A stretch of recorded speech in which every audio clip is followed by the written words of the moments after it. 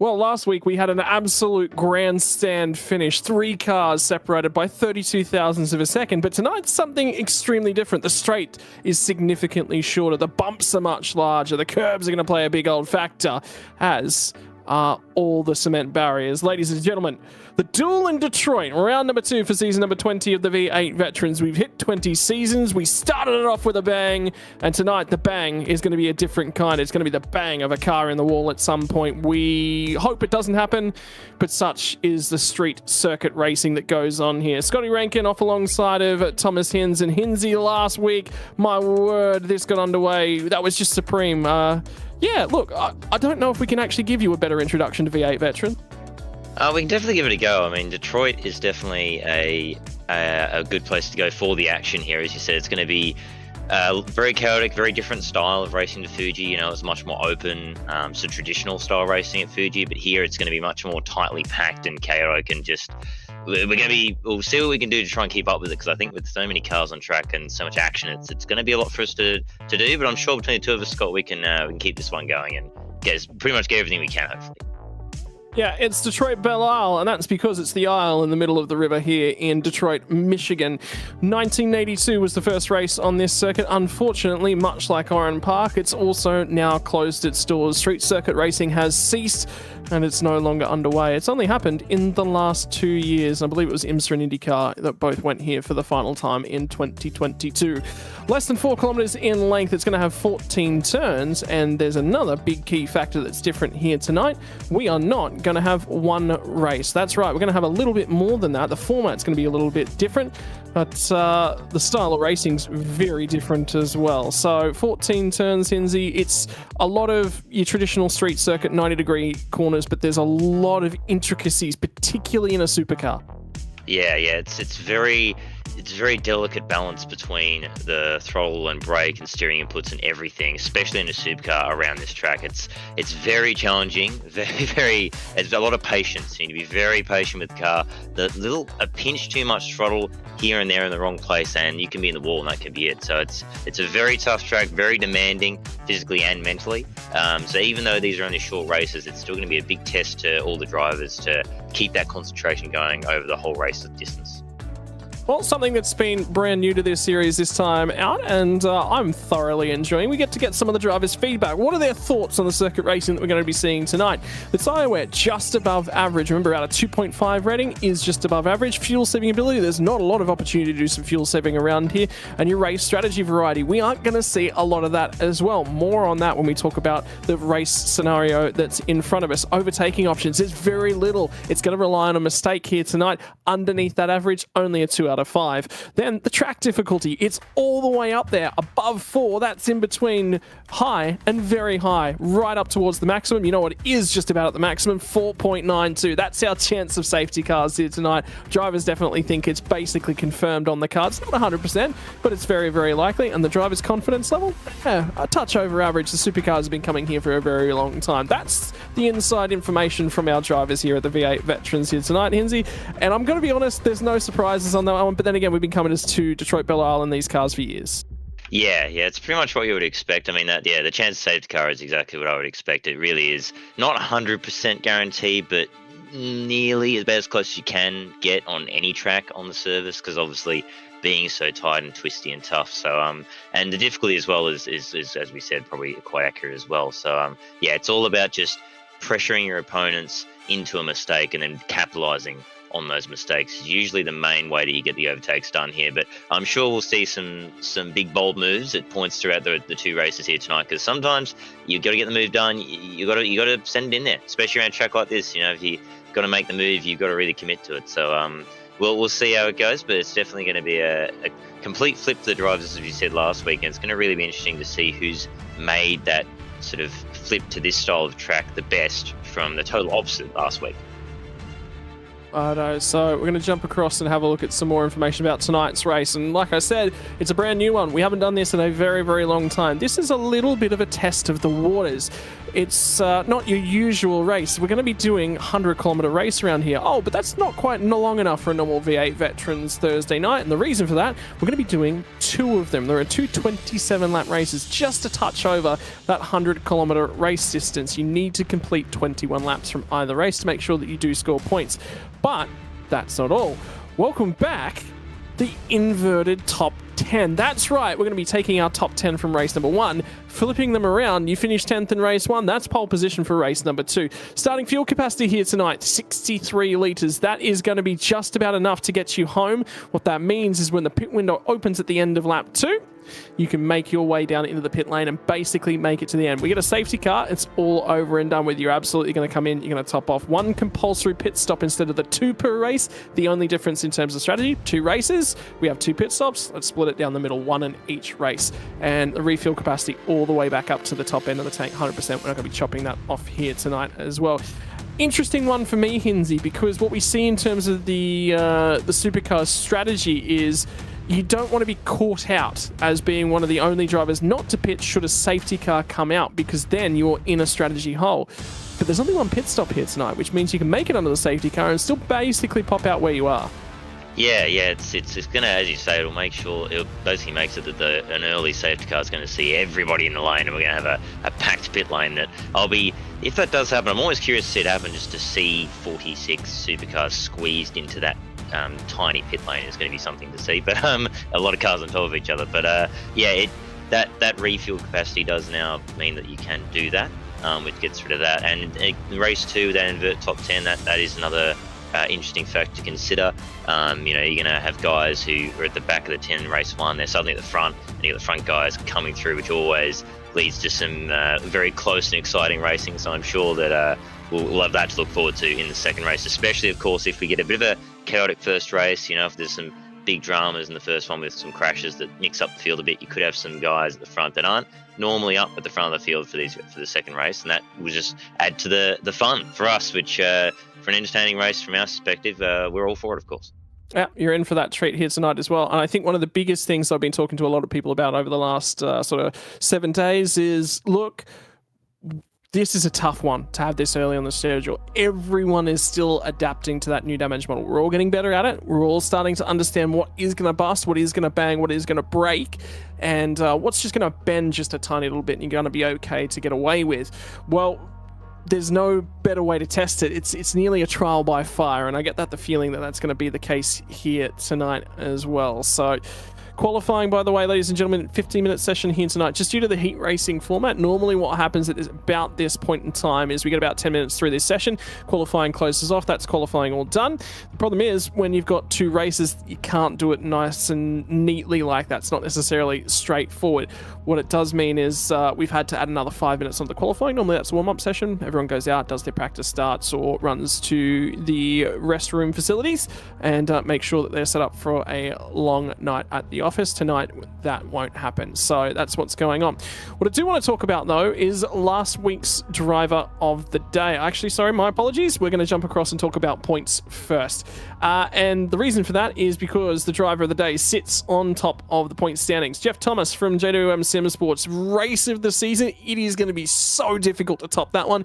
He sits out in front, but it's only by 1 point. By the way, the gap from first to second in terms of points, 4 points. So what that means is that Ken Latta had a perfect race last week. I believe he did actually set the fastest lap of the race off the top of my head. And that also means he had an instant point-free race as well. So he picked up 3 of a possible, I think, 4 or 5 bonus points that were on offer.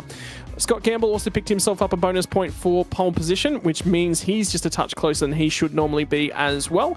And that is the reason why they're 182, 181, 179. Then we jump back. Each spot is worth 2 positions from 3rd to 4th down through the rest of the field. Dan Hall, 10 points outside of our top 3. but sitting in a really nice, neat spot. Blake Delaney had a nice, quiet night at the office. Not an exceptional one, and certainly one you want to improve on. Did have some damage to contend with. Brent Nietzsche from Chris Miller. Michael Stewart made his way inside the top 10, and Craig Friend as well, also right up there. It'll be interesting to see if Craig Friend can keep a clean season going. Generally, he's been one of the drivers involved in some drama. Chad Lewis going to round out the top 10 for 2 ERT cars inside the 10. And that's a really good start to their championship hunt there, Hinsey. Is there any names that pop out at you? You look at that and you go, I would have expected him a little bit further forward. I don't think so, really. It looks sort of what I would expect. Maybe, as you said, maybe Blake a little bit higher up. As we said, he did have some damage to contend with in that first race, which is why it was a bit further down than we were expecting. But you know, they're all pretty much where I probably expected. I guess really it's just whether Scotty Gamble can go back to that kind of dominant form he was in last season, I guess, is more the question to me.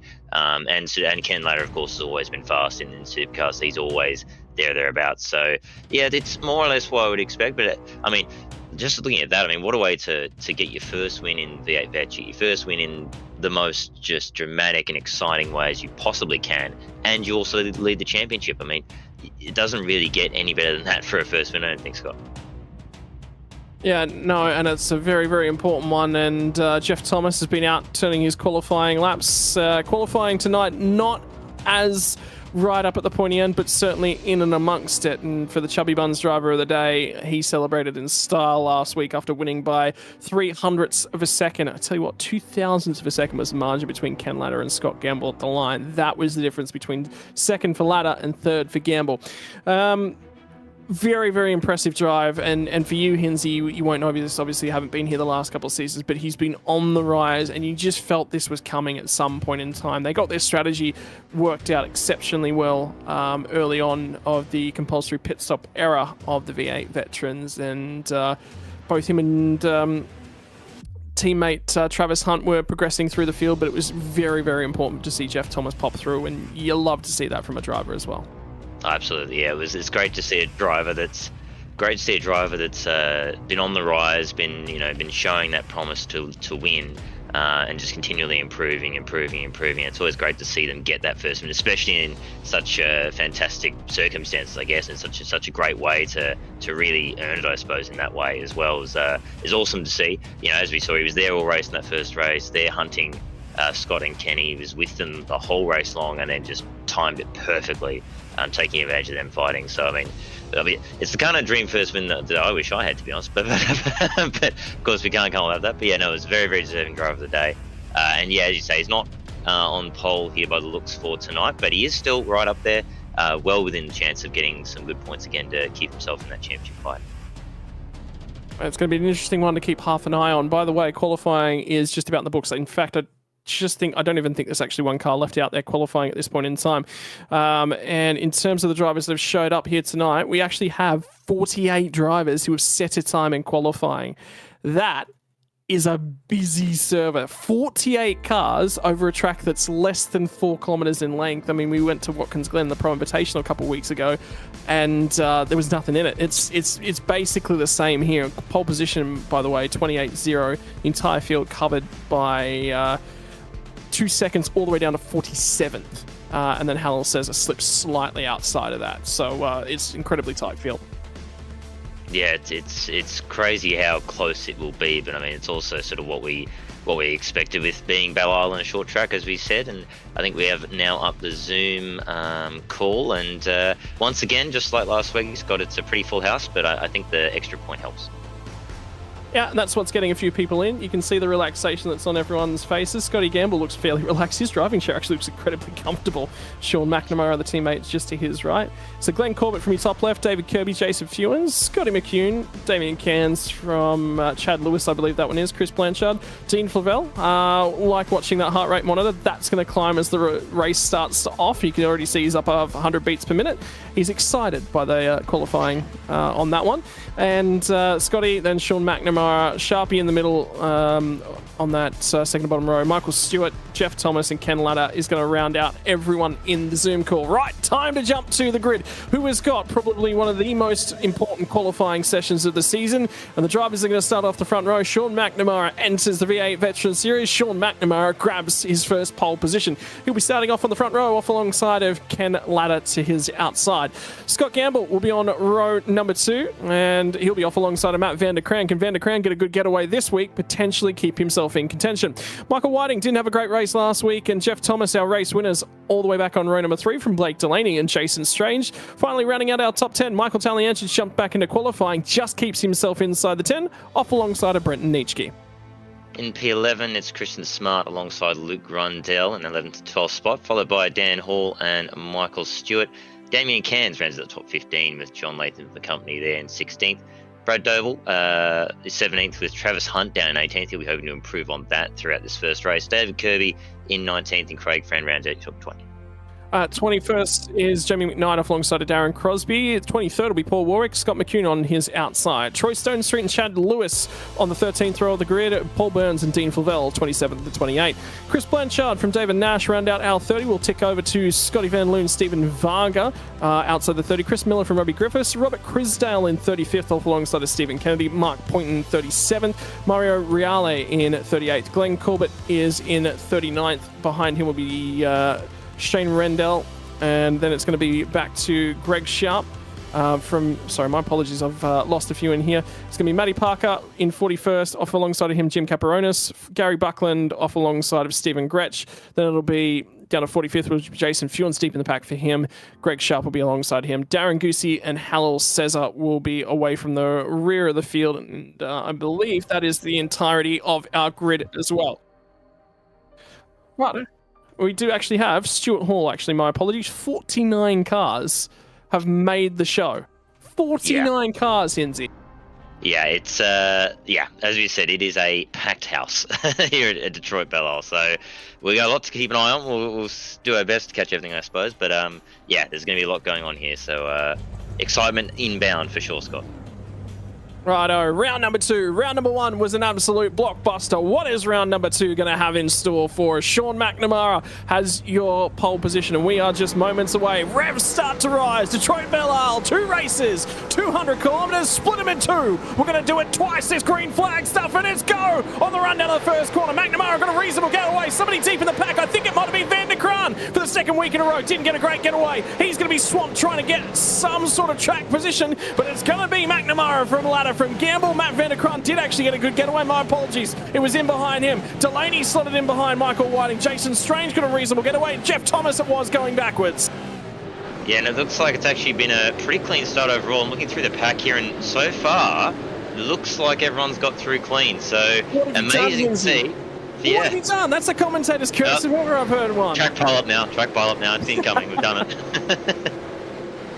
Look, if Scott McCune gets involved, I'm telling him to send you the bill this week. That's fair enough. I mean, only fair. But good start from everyone, really, considering, as we said, 49 cars. And it looks like they've all pretty much got through without any major dramas I can see, which is a huge kudos. But again, we've just cursed it, so we're going to have a track pile up now. But apologies in advance for that. But yeah, McNamara still leads off the line. But I think the one I noticed that got a pretty poor getaway was actually Jeff Thomas, I believe. I think he's dropped down about 3 spots. I think he might be an 8th spot now. So a bit of a shame for last week's race winning. He'll be hoping to improve on that here throughout the race. Yeah, and he's already got Michael Talianchich already trying to crawl all over the rear bumper of him as well. Tally was in deep when they got down to turn 11, and he's closing a lot of ground on a brakes. I think Delaney might have just whacked the wall as they come to the second last corner on the short run between 12 and 13. So I think Blake Delaney might be just about in a whole world of hurt. He might be one of the first drivers we see dive to the pit lane. But lap 1 in the book, Sean McNamara from pole converts to leading the first lap. 2 ticks in the book. And now, what can he do with the rest of it that's in front of him? And by the way, we've completed lap 1, so the pit lane will open for the first compulsory stops of the night at the end of this lap.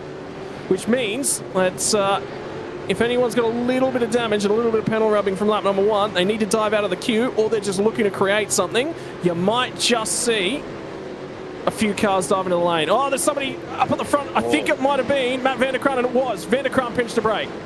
Yeah, it was a bit of a lock up there from him, and that's now got Now got Michael Whiting all over the back of him here in this battle for P4. He's dropped back, as you can see, quite a distance from the top 3 with that lockup.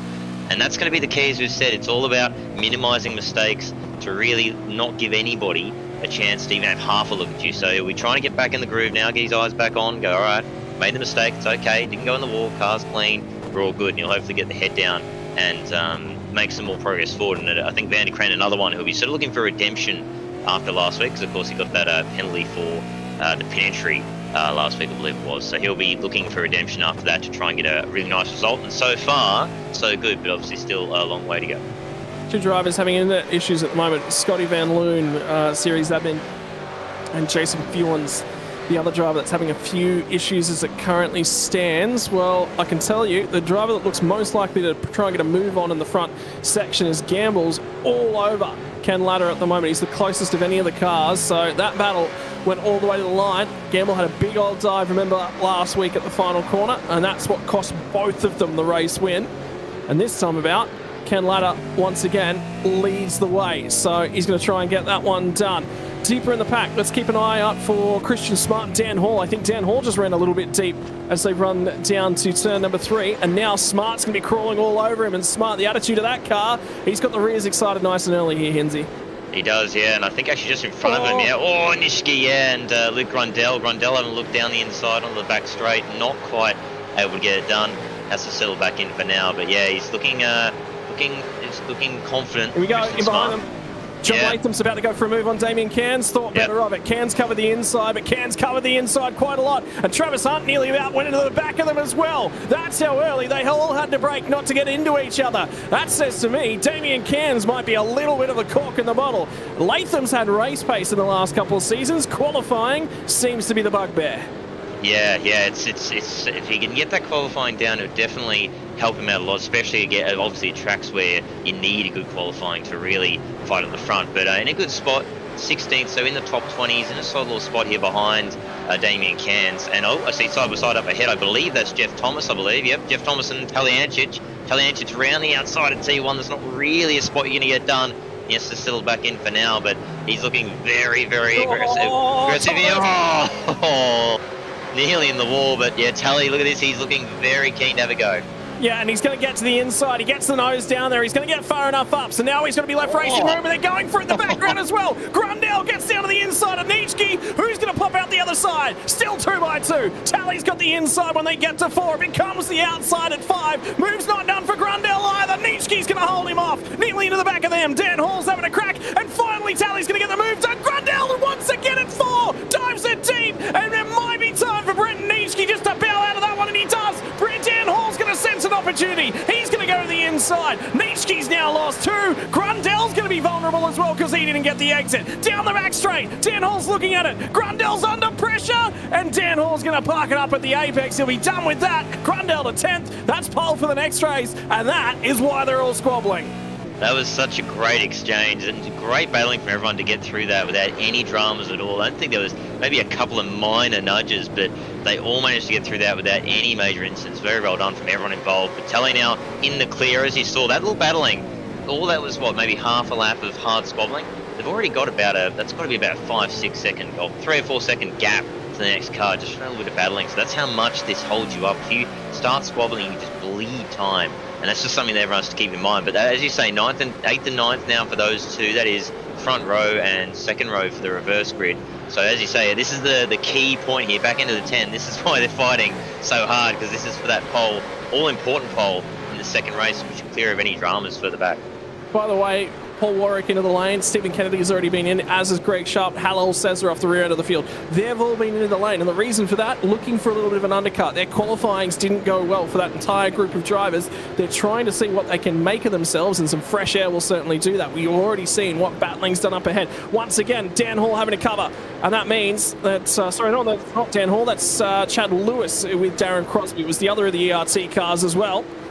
And they're all trying to squabble, and now Lewis was very, very wide as they come off onto the back straight. He's forced to try and cover, but here comes Crosby. Crosby's going to get an overlap. That means he's got racing room. Where's he going to be able to go? And Paul Burns is lining up to have a crack as well. They nearly ended up 3 wide. That will never work when you get down here to the end of the back straight. Crosby's got through just about, and David Nash was pushing Paul Burns to get alongside as well. So Lewis has gone from losing 1. He might also lose 2. Burns is around the outside, not quite done. It'll become the right-hand side. Nash almost had to go into the back of him, and the streets are coming alive as the cars bounce, rattle, and roll their way through Detroit Belle Isle. Oh, it's this action every look, and behind them, Van Loon there was nearly getting overtaken as well from Robert Griffiths as well, but they've all fallen back in line now for the time being. But just look at that train of cars. There's more guys pitting now. Yep, Chad Lewis is one of them. Yeah, so it's going to be Lewis and Crosby both time in. Jamie Knight's come in on this lap as well. And there's someone, I think, down the far end of the pit lane. So one of our race leaders come in. No, sorry, my apologies. That's the safety car, the iRacing safety car. I've seen it out of the other side. So Chris Dale's dived in, as is Stephen Varga, Chad Lewis. And Lewis sort of needed to because he was starting to lose a ton of time. Might have copped a whack. Might have had to have taken the fast repair as a result of that one as well. There is action everywhere. Hinsey, have you picked someone to get your eye on? So far, no, it's all, there's been a little bit of movement, but from what I can see, it's actually been a bit more stable, to be honest, than I thought it would be. I thought we'd see some more dramas of people in fences, but that hasn't happened yet. So yeah, it's actually not any massive moves yet that I've seen. Hard to tell now that the pit stops to kick in as well. But yeah, everyone still going along. It'll be interesting. The one thing to watch, actually, will be probably Talianchis to see what he can do now that he's got clean air, although Jeff Thomas is keeping right alongside with him. He's not letting him go, so both those two look to be trying to hunt back down. It's Blake Delaney now in front of them in that top 7 as they come back down towards the front straight. No one in the top half of the field pitting, but you wouldn't at this point. You're probably better off keeping out and staying in that clean air rather than putting yourself back in traffic. Yeah, that's the difficulty. When do you start to acquiesce to those drivers who have pit? All the way down in 38th, I think, is the first driver that's potentially pit. No, Fewens has had not a great start to his race, and he now sits as the last driver on the track yet to make a pit stop. He's going to have to come to the lane soon, or else he is going to be at the tail end of the queue. Jamie Knight leads the way in terms of the drivers who have pitted. For him, he did actually start out of 21st spot, so he was bang about in the middle of the field. And jumping out of the way, David Kirby's going to jump to the lane. Mark Poynton is now in as well. Those are 2 more drivers, the only ones to pit this time by from the drivers that haven't already made their stop. You're coming back into the lane for a second time. I would say it's fast repair, and Knight's basically over. Yeah, that's not a good sign when you're doing that. That means that you've obviously had some dramas somewhere, and that's not what you want. And unlike sort of Fuji, wasn't obviously an endurance race, but longer obviously than tonight's races, you at least had a little time to try and make back some positions if you do have dramas early on. But obviously here, 27 laps as well being such a short lap, you don't have the time to really make back any sort of positions. If you have a big drama, it's basically just night over and that's it. So that's probably a factor for why everyone's trying to be so clean here, because they know that any kind of damage, and that is it, that's the race done. You're probably not going to get points. If any, you're going to get bugger all points. So everyone's keeping that in mind, and I think they're all kind of driving accordingly at the moment in this race so far. But yeah, so far it's all pretty stable at the front, but especially once the stops kick in, that's all going to change, I think, as people try to get that strategy going.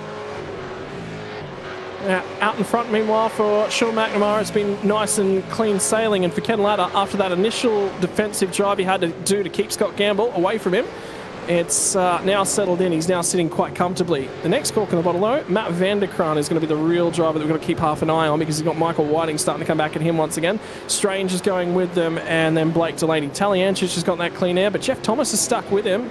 Grundell's not been able to make ground, neither is Dan Hall. I wonder if somebody in that pack just outside the 10, I reckon they're going to be one of the drivers that will trigger the undercut. And I reckon, what do you reckon? The next sort of 3 or 4 laps? Yeah, I'd say so. Dan Hall's had a huge moment. Sorry, it's Nitschke. Nitschke just had a huge moment. Christian Smart's going to sneak on through, so that'll be 12th spot for Christian Smart now.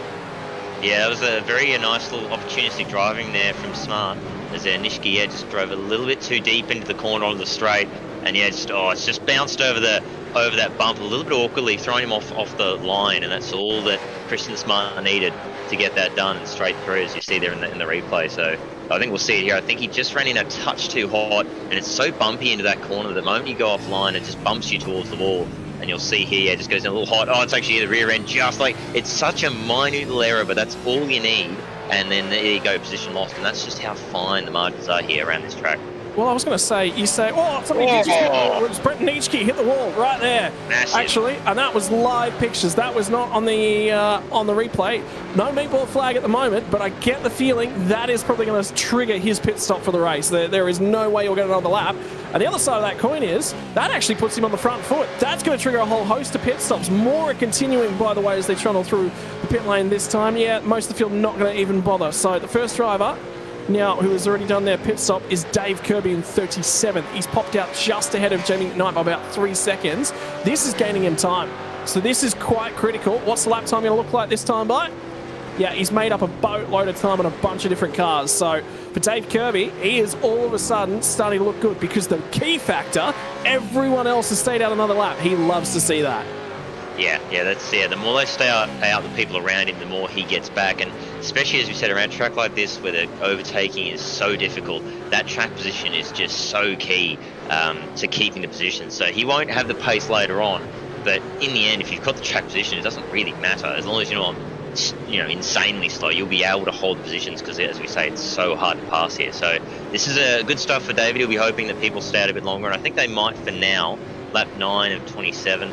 You'd be looking at, as we say, probably the next few laps. So let's move it. Into the back straight, 060 is stuck, which is Robbie Griffiths, and he, I believe, is going to need a tow because I'm pretty sure that engine is not going, and the front left tyre is not on that car, and the safety car's being deployed. So the drivers that have been on undercuts, this is their opportunity. They've got to hustle as quickly as they possibly can. And the other key, our race leader's already gone through turn 1, so the safety car is going to be keeping a whole bunch of cars back behind them. So everyone up to 12th was already on their next lap. So that is everyone from Nitschke forward, Stone Street, Christian Smart, Stone Street in behind, were into the lane. They got the opportunity to pit.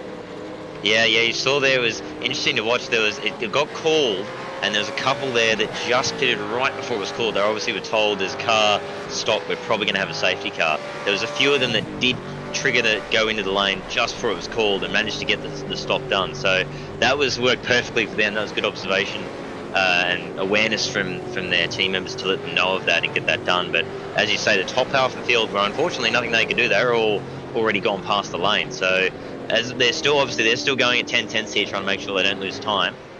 So we'll see how this goes. They might lose out, they might not. It's nice. It always is helpful that they get to still push here, and theoretically they shouldn't lose too much. But let's see how this goes with pit stops and see if this shakes things up a bit. Tell you, John Latham, I think, is going to be a big winner out of this one. It's going to be really, really interesting to keep half an eye on. And there's something's just gone on with David Nash as well. So they're just working on the safety car at the moment. So that'll get handled. Ken Ladder's missed the pit lane. Oh, gee. Where is he? Oh, he has, yeah. So that... That is a mistake. That means for Ken Ladder, he's going to be, when he pits, at the tail end of the field. Yeah, okay, interesting. He looks, wow, that's... So obviously McNamara goes in front of him. Ken, it looks like he goes to, and then he doesn't. So I don't know if there's some kind of strategy play here. I mean, maybe he's assuming there'll be a second safety car, but... So the miscommunication in the server was that all cars were to pass the safety car because they were trying to pick up the leader. So Ken's gone, oh, that means I can pass him again, which is why he's continued on. Now, everyone who's a race car driver will sit down, look at that and go, no, you'll be the leader. You won't pass the safety car. So, and he's made a tactical mistake there. Yeah, that makes sense. That does make sense. I was thinking that's an interesting call because you're basically strategically gone now. So... yeah, that's a big one for Ken. This is he'll just be, I'd say, obviously he'll just try and extend this now as long as he can. Try and extend the tank and just hope for another safety car really to keep him in this. But that is a massive shame for Ken and big championship implications that for him there. He's on for, we'll see. I mean, I'm not sure where he'll end up, but it's going to be a hard comeback now. Well, 2 drop rounds is also available to our drivers. Remember that for the V8 veterans, as much as they take this quite seriously, at the end of the day, it is, it's designed to be a little bit casual for everyone to have fun. There is no sheep station that will be awarded at the end of this. As much as Jeff Thomas would have liked to have won a sheep station last week, he did not. Yeah, I mean, the drivers do take it very seriously, as anyone who's a racing car driver tends to do, generally to their own discredit. But yeah, look. So we're going to try and dig back through and grab a replay at some point in time of what's happened to Robbie Griffiths. So bear with us whilst we do try and find what's going on for Robbie. It could be self-inflicted, it could be a little bit of contact, and that's what we're trying to sort of suss out at the moment. But in the meantime, let's run through your corrected race order, because it's going to be Sean McNamara from Scott Gamble, from Matt Vanderkraan gets elevated to 3rd, Michael Whiting, Blake Delaney, Michael Taliancic moves to 7th, so he's gaining ground in the pit stops he's got by Jason Strange. Luke Grundell into 9th. Dan Hall now sits 10th, could be starting on pole position. Christian Smart will try and break that out of 11th. Brett Nietzsche from John Latham, who sits just outside the 10. Michael Stewart and Damien Cairns are going to round out your top 14. Jeff Thomas has slipped to 15th. Ooh. And he was in the pit lane for an extra 8 seconds. So it's either getting some kind, either some kind of repair. Didn't he used to put tyres on during the pit stop? And then he's dropped and gone, I've got to grab tyres, which has raised the car back up and started another pit stop effectively. It is possible, yeah, that is possible. We've got the replay up now for Robert Griffiths. I was about to say, I just found out what happened. So yeah, had a bad run onto the straight before this, and then he's gone into the right-hand here and just too deep, straight into the tyre wall, and that has absolutely destroyed the front end of the car. I have noticed with this track that those tyre walls are brutal. You hit them, they aren't really forgiving at all, as you see here. It just absolutely destroyed the front end here, way too deep, nothing you can do, and bang, straight into the wall, and that absolutely destroys these cars. I was doing some laps yesterday, actually in the supercar around here, potentially for Scops, and yeah, those walls, I nosed into that wall on the 2nd or 3rd corner, I think it is, and it popped the engine, and I swear I only hit it about 60 or 70 k's. So yeah, those tyres may look forgiving, but they really aren't for these cars. This is what's going to happen for Jeff Thomas here. Let's keep an eye on this, because this won't be a penalty, so he's definitely not speeding on the way in there, for sure. So he's dropped 8 seconds. Now, it could have been too much fuel being added to the tank, absolutely, but you don't think so, particularly when they tend to be the drivers not taking as much fuel as everyone else. Yeah, he doesn't go up on the jacks there, does he? Yeah, no, I don't see it. Yeah, so that's fuel only. And then, yeah, then as you say, then he realises has to go back, then he goes up, yeah. Oh, that's such a shame, and yeah, he was obviously sitting nice in the top 10 and now 16th, so it's going to be a tough one to try and get back to the 10 now.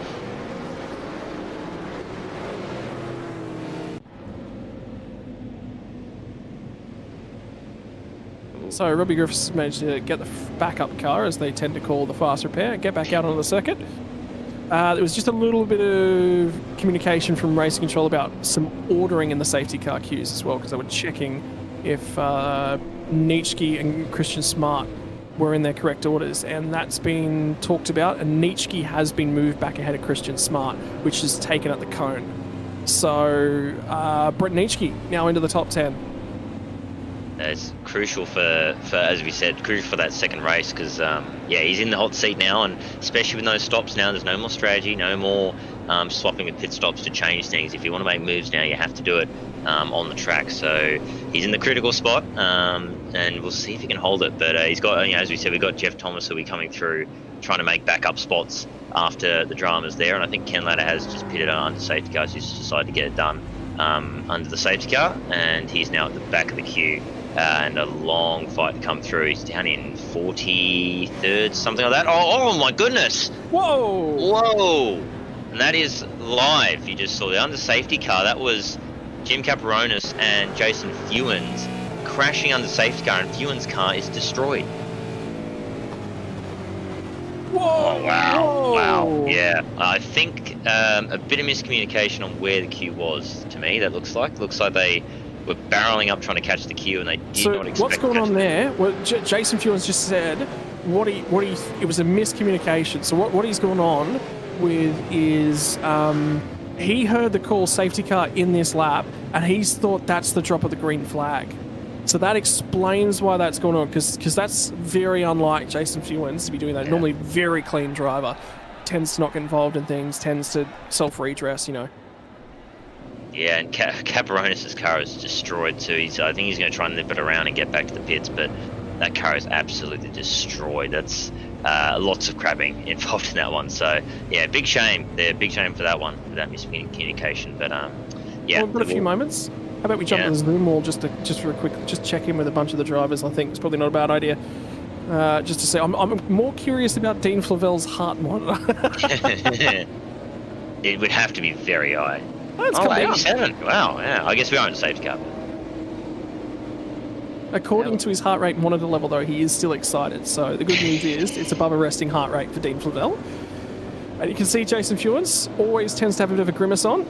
Tends to not be the happiest driver, but right now he looks disappointed. He's tapping away at the keyboard, and I guarantee you that'll be an apology that he's issuing right now. Dave Kirby, very chilled out, very relaxed. Right, field is now in the hands of Sean McNamara, and safety car number 1 in the books. Will there be a second? Will it be in this race, or will it be in the reverse grid?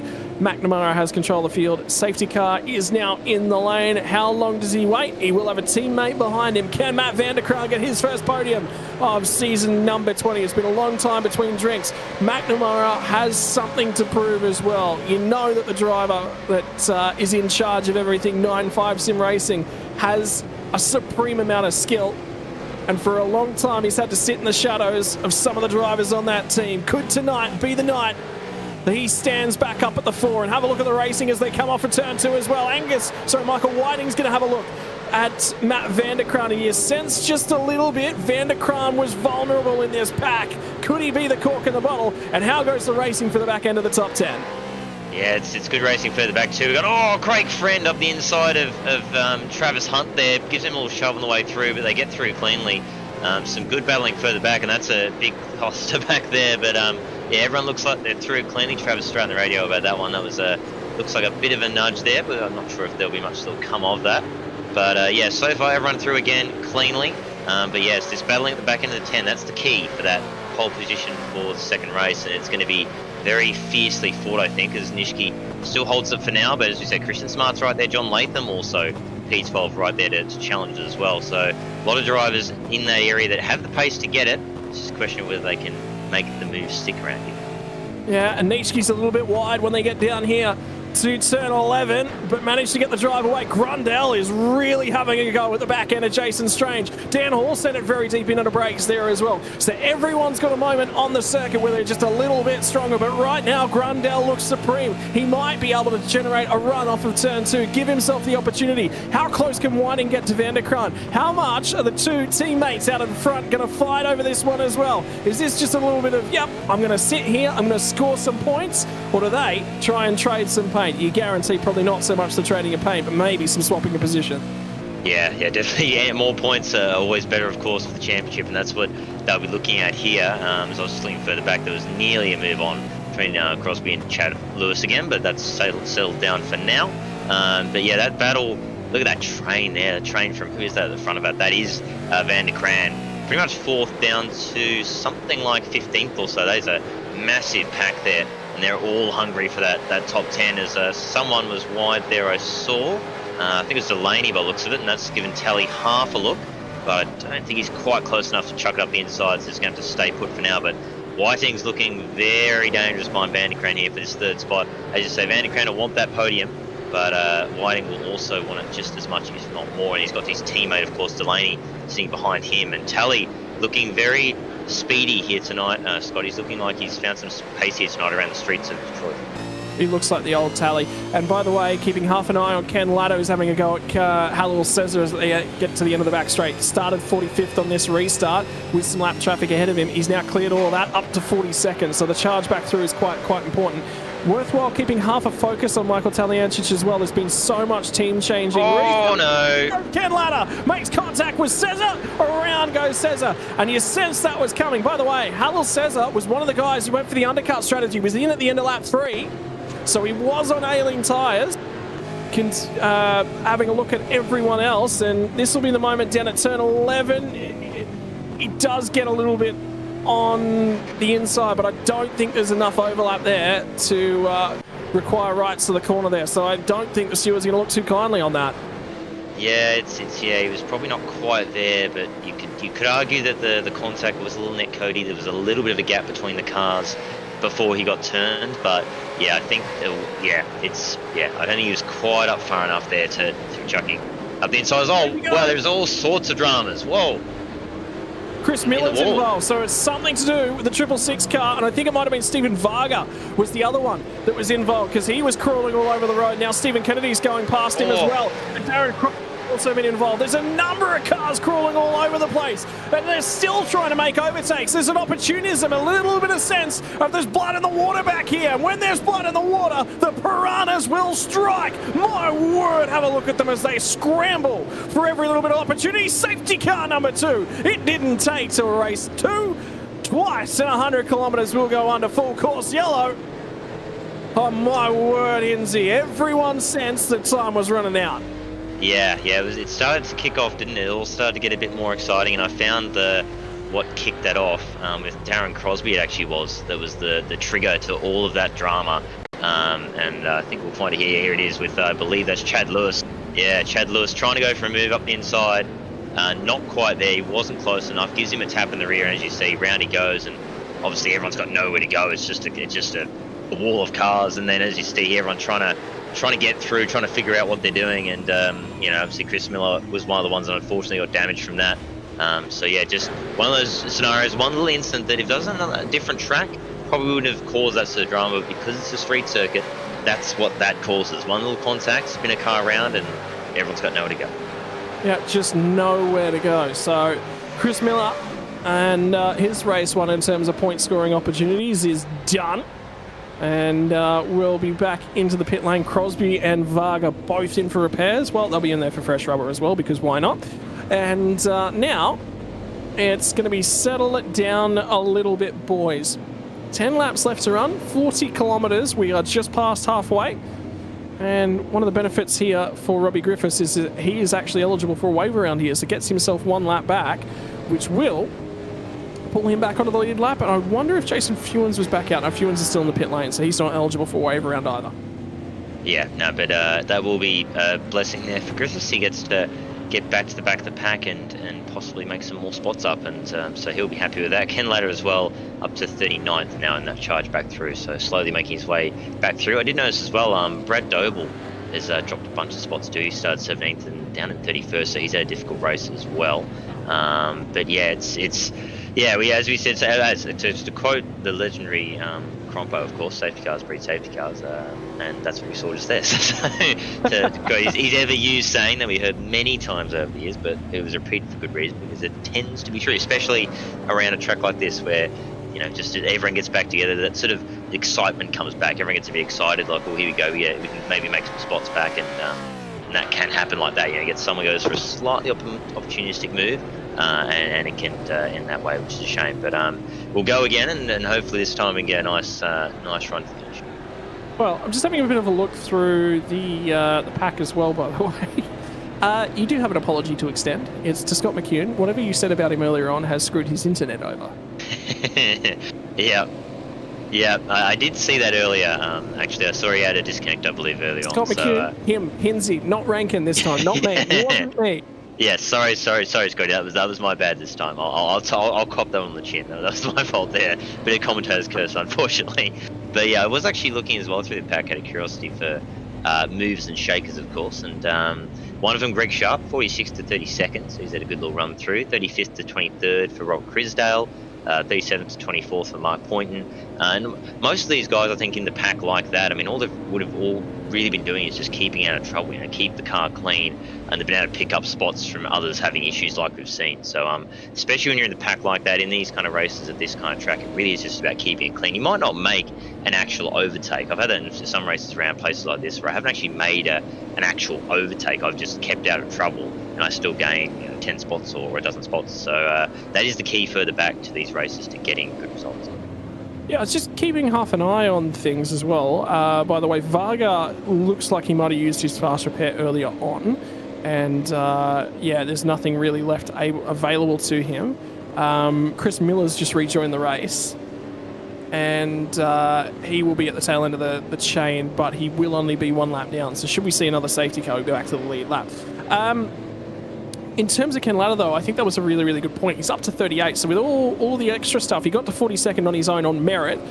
and then there is an incident that's sort of, you know, one car that, you know, was from his own incident that he's potentially caused there. Now, we're obviously not saying at fault because we'll leave that to race control.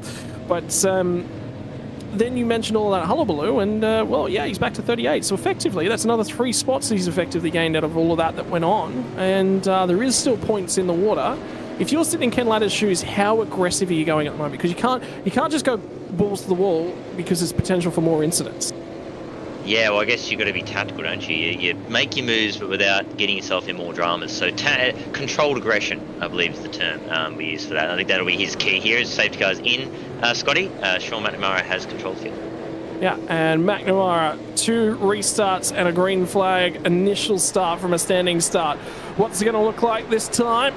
He's waiting. He's actually holding them all the way up and dragged it a long way, all the way down the pit lane entry. Has now gone.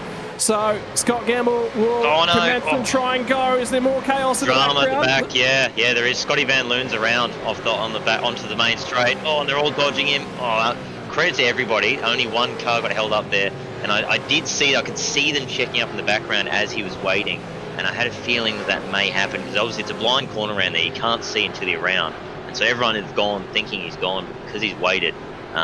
They obviously can't go anywhere, so big shame there, but he's straight in the lane to repair that. And he's got a broken front left, so he's straight in the pit lane to grab the fast repair as well. In the meantime, though, Matt Vanderkraan has continued to get the elbows out, and sometimes you have those races where you pull a qualifying lap out of nowhere, or everyone else around you fails to set the laps that are definitely representative. What he has done, though, and be it enabled by the track or not, is get the elbows out defensively, and he's holding up Michael Whiting. Whiting is probably capable of having a run at Scott Gamble. Getting it done, though, is the second question, but Vanderkraan is doing a supreme job of hanging on to 3rd spot. Yeah, no, very, very good driving, very precise, not making any errors, and that's the key. Just keep hitting your marks. Don't get sucked into making mistakes. You see in the replay here for Van Loon what happened on the restart. You see they've all gone. They all think that it's green, but obviously it isn't. And then he stops, but unfortunately the car behind was not able to pull that one up and just goes straight into him. So that was Matty Parker there. So big shame for Van Loon. We'll just have a look here. As you can see, they've all gone. They're all trying to keep the gap to the pack. So they're sort of thinking, well, we've gone, but no, they haven't. And they come around, and yeah, that's sort of that accordion effect you can get when you do go late on a safe car, especially a track that has a blind last corner like that. And credit to the pack for continuing to dodge that one away. Well, Whiting's now not quite as close as he was previously, and I'm really interested to see if Delaney can have a go. And something's just happened to Craig Friend as well. By the way, Grundell still up to 8th, Dan Hall 9th, and Brenton Nietzsche's 10th, and he is stuck in the pit lane entry. Oh, wow.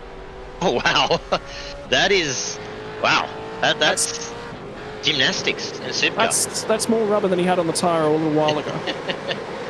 I think it's about 100% rubber now in supercars. No supercar involved in that anymore. Yeah, I've heard of a 4-wheeler. I haven't heard of a tyre barrier wheeler. But anyway. I mean, I feel like you should nearly get driver of the day just imagine that, I think. Really. Yeah, skill set. By the way, Chad Lewis has just got himself a drive-through penalty for that contact way earlier on.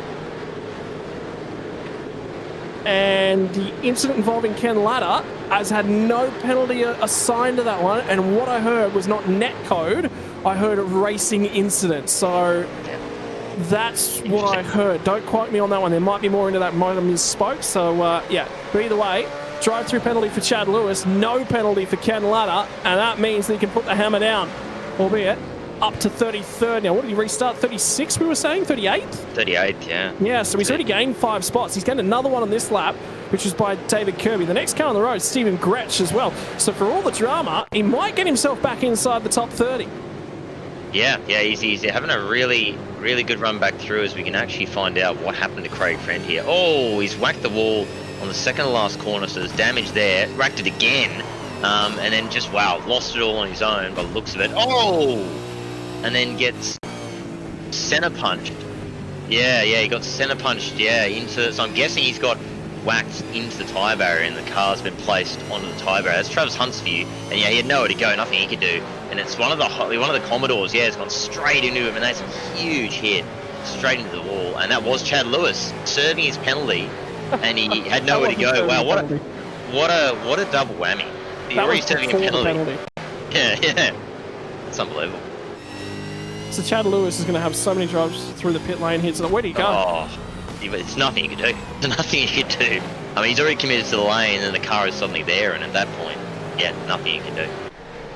Well, in the meantime, I think the car that we are keeping half an eye on is got to be Matt Vanderkram, because the train is building up in behind him, and it's Taliancic has got up to 6th. It's in a Synergy Sim Racing livery, so the changes have gone through for Michael Taliancic, and he is with a new outfit after no longer being with Altus Esports Australia.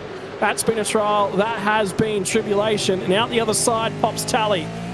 He is a champion here at the V8 Veterans, and trying to get back to the racing is what it's all about for Tally. The big thing here, Hinsey, is that Tally's been running teams for so long. This will be the first time that we've ever seen him running at such a level whereby he's just racing for himself. He's not in charge of other people.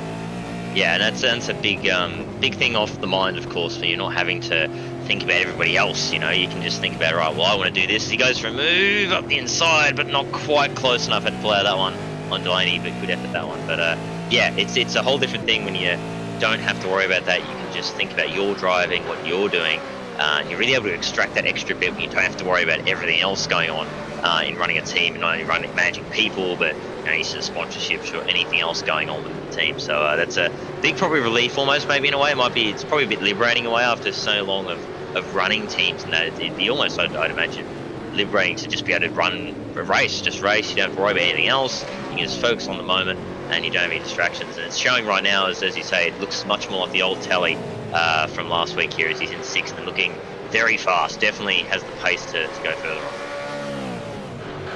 Right, for Matt Vanderkran, still managing to defend that one out. So McNamara still leading the way as we go to 6 laps left to run. And as it currently stands, it's going to be a battle, I think, on. Vanderkran does look like he's ailing a little bit. The problem is Whiting's having a lot of difficulty just getting close enough to try and trigger that overtake.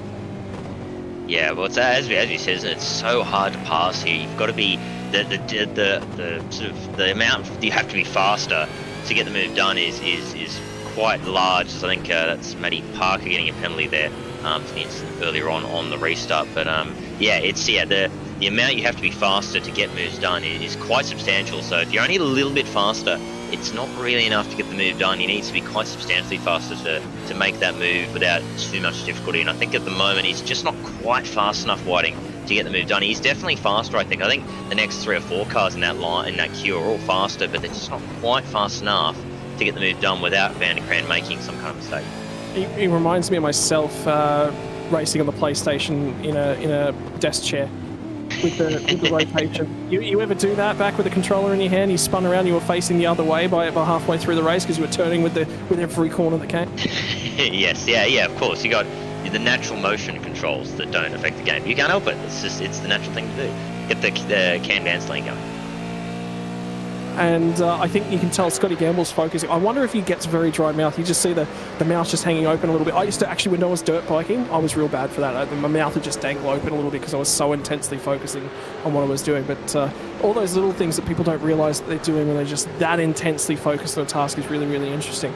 And I like keeping half an eye on it. Sometimes they'll watch the stream back and they'll notice it, and all of a sudden they'll become very self-conscious, and we might see a few less cameras on next week. But it's really interesting what we do and the way the brain operates psychologically when we're in that state. Yeah, it is. Yeah, there's a whole lot of stuff that you do like that you don't realise. I know there's stuff that I do when I drive. I think I like to bite my lip a bit, and I don't realise I do it. I'm not realising I'm doing it, but I've looked back on Zooms and I've seen them doing it. I'm like, oh, I didn't even know I was doing that. But I guess that's sort of a thing I do when I'm concentrating. But yeah, there's a big pack behind Dan Hall as well. It's another one with a bit of a queue going on, and that is in 9th spot. So that is at the 10. And yeah, Nishki's in the all-important 10th spot, isn't he? So here we go. He's going to have to cover because Christian Smart was starting to get a little bit closer. Smart lifted out a little bit, but he's good at the latter part of the braking. So Christian Smart broke a little bit earlier on the run down at the end of the back straight into turn 7 right there, but it was the secondary phase of braking. Nitschke was very strong early, and then all of a sudden Christian Smart was just better in the latter phase of it. So the difficulty for Christian Smart is when he pulls the trigger, he's probably okay, and he probably will get it done. But pulling that trigger when you're an early breaker is sometimes very, very difficult. Yeah, it's something I find interesting. I remember I actually I should probably ask others for this, because it's always hard to judge yourself, but I've always thought I'm a bit of an earlier breaker compared to most, so I've always had to struggle sometimes in doing that. And it's interesting to me because you watch guys like Craig Lounsman, I always remember, you always watch his onboards, he would bomb into the corner at 1 billion miles an hour and then pull it up and get going out the other side. So he was obviously very good at overtakes because he broke so late. But as you say, if you're an early breaker and you go for that more rhythm style in corners, it can be really tricky to get moves done because you're just naturally not braking as late as others. So Nishiki was covering again, and Christian Smart nearly had a look, but he wasn't able to get it done. So that settles down for now. But yeah, Nishiki had a little bit of a bad run. This has actually given John Latham a look at that 11th spot, and it's a tricky spot now for Latham. I mean, what do? Do you go for the move now? I think he's got try and get it done now, or do you wait and see if Christian can do it? Well, there's at the end of this one, and it's going to be the rear end stepping out for Christian Smart. At the end of this lap, there's only going to be 2 more, and I think if you don't get it done now, you're not breaking to the 10 if you're in John Latham's shoes. So he's harassing. He's forced the cover from Christian Smart, and that's allowed Brenton Nitschke just a little bit of a safety net. He wants pole position for race number 2, but for John Latham, who's been in and out of the sim, health has kept him away. He's not had the cleanest and easiest run. And by the way, Grundell's having a go just up ahead. Gets around Strange. Strange has lost the rear. Strange has rotated and drops outside the 10 with 2.5 laps left to run. Jason Strange was looking for a strong start to race number 2. That is no longer. Yeah, it looks like, I was just watching it back, yeah, it looks like he gets caught out by Tally. Yeah, he gets caught out by the 2 in front of him braking, has to go wide to avoid hitting him. And then, yeah, just loses it all on his own, getting back on the power. And that is, he's still sitting there. Yeah, well... He's lost the engine. No, the engine's still there. No. He's still rolling, so he's still okay. He just... Yeah, I was going to say that'll be cleared, yeah, just because it's so little in the race left. But that's a huge shame. What a shame. Top 10 having a great run, and that's it. One little mistake and race over. New team, new outfit for him as well. By the way, Ken Latta, how good's this? We went racing at what, lap 18? 38th to 25th. That is that's very good sendage. That's very good. And you can see like all the cars behind. He's passed all them in this time. That is crazy from Ken. So he's on the back of Chris Blanchard now. So he'll be trying to get one more, but that is around a street circle like this. That is especially impressive to do that. I guarantee if you were to talk to him at the end of this and say, you know, we think this is potentially driver of the day worthy, he'll say, no way. And I'm mistaken it. Look at the concentration on his face. He is keen. And I think he's a little bit mad as well. I think there's a little bit of red mist descending. And now David Nash, 2 cars ahead of him, has made a mistake. We're coming back to the white flag here at the moment. And I believe McNamara has already run out of the last corner to the white flag. So 1 more lap left to run in the first of 2 sprint races. And Ken Latta's trying to have a go. He's forced the cover now from Chris Blanchard. He crawls out of turn 11, and Blanchard is an endangered species at the moment, and David Nash might be looking in his rearview mirror before this lap is out, because here comes the 269 out of Fishy, makes a strategical error, makes a tactical decision mistake. He's had to drive past cars, but he certainly does that. He's going to have a crack when they get a 1, gets alongside, does get most of the way through, gets a touch from Chris Blanchard, covers him off, covers the line when they get to 2, but job done. He's to 24th, 14 spots, less than 10 laps, and there's moves at the head of the field as well. Yeah, it looks like it's Tally, Grundell. Oh no! Oh! And that's damage for Delaney. That's damage. Front left is heavily damaged. I think he's got away with it. So yeah, there you go. Because Taliantri's just pinching brakes everywhere now, so there's damage on both of those cars. Luke Grundell's going to come through and pick up the spot. Van der Kran's still got 3rd. We haven't talked about our leaders. There's been just about nothing to talk about. Sean McNamara on the run out of turn 11. There'll be 2 more tight corners to go, and then he'll light them up on the run to the flag. But Matt Van der Kran's going to get home in 3rd. Whiting don't think he'll have the ability to have a crack. Out of turn 12 at the moment, 13, and then it's flat out to the line here for Sean McNamara. Season 20 in Vets. Season 20 sees him in the series, and Season 20 sees him a race winner. Yeah, very well done from both of them. Just, I mean, dominant performance from both Scott and Sean. They just ran from the front, led from the front, and kept our dramas. As Delaney's getting, I think he's just going to hold on ahead of Dan. All I believe that is to the line. That was for, in the end, 7th. But yeah, that was a great run from them, and some drama right at the end. I did look back at what it was, and it was Delaney going a bit deep into the right-hander at the end of that little short straight. Oh, no, and Latham disconnects before he gets to the flag. That is the ultimate heartbreak. That is just cruel. Oh, what's going on? What's going on there? Did he underfill the car and didn't make it home? I was going to say, I didn't see him disconnect, actually, so what did happen to him? I've lost him now down the pack. He's, yeah. Okay, yeah, he is dropping, yep. Yep. Yeah, yep. Yeah, there you go, yep. Yeah, I see him now. Yeah. Christian Smart will be pole for the reverse. After all that, he's going to be on the pole, and yeah, Latham was literally just waiting to see on my end when he disappears. He was, wow, so he was on the last corner there, and then he actually got squirrely on the way out, I think, and then he disconnects right at the last corner. Whether or not it's a forced feedback overload. Maybe, yeah, because it looks to me like he's behind someone, and he gets very loose. There he goes. There, it's confirmed now in the game from our end. But yeah, he's going along, and then it just disconnects right at the last corner. So big shame there for him. And Jason Strange, I think, is going to do a reset on his computer as well. There'll be a very, very short tick over into the second race here tonight as well. Sean McNamara from Scott Gamble, Matt Vanderkraan home in third. He'll be pumped with that one. Michael Whiting from Luke Grundell. Michael Taliantich will pick up 6th. Something happened in that lap, though. Blake Delaney. Dan Hall finishes inside the top 10. Brenton Nitschke and Christian Smart home in 10th becomes pole position. The scrap between him and Nitschke, that's going to fire off from the front row. Will be really interesting. Michael Stewart just barely misses out on the invert. Jeff Thomas drives back through to 12th. I think he missed up the pit stop. I think that's all we're going to be able to say from that one. Damien Kant from Jamie McKnight. McKnight went with the early stop, as did Paul Warwick. They both benefited. Travis Hunt, Troy Stonestreet, Paul Burns, Robert Crisdale, and Mark Poynton. That gets us all the way down to 20. And the big thing I learned out of that one is that the undercut did work even with the safety car.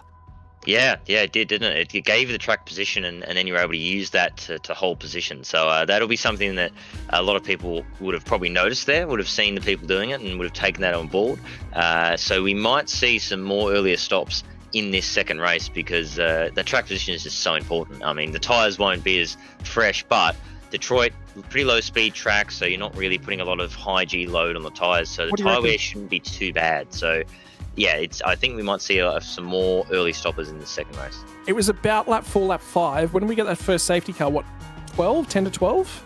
Yep, that sounds about right, yeah. 10, there we go, yep. So I think we'll see some more earlier stops in the second race that are going to take advantage of that, and that's cool for the reverse grid guys. The guys who won that, who are now in 10th. When do they do that? Do they take the early stop, try and take the risk of maybe getting some clean runs early before they get traffic? That could be a strategy.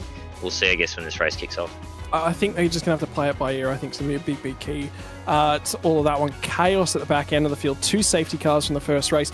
Ladies and gentlemen, we got a 10-minute break in between the 2 races. We're about 2 minutes of the way through that. We're going to step away, refuel on our side, because that one sucks some oxygen out of our tank and some gas out of the way as well. So we'll take a quick breather as we run through all the way down to 48 position with Scott McCune. Stuart Hall not in this race, by the way. So that's why he's not got no lap numbers next to him. Is actually from a different split. Ladies and gents, we'll be back in just a few moments.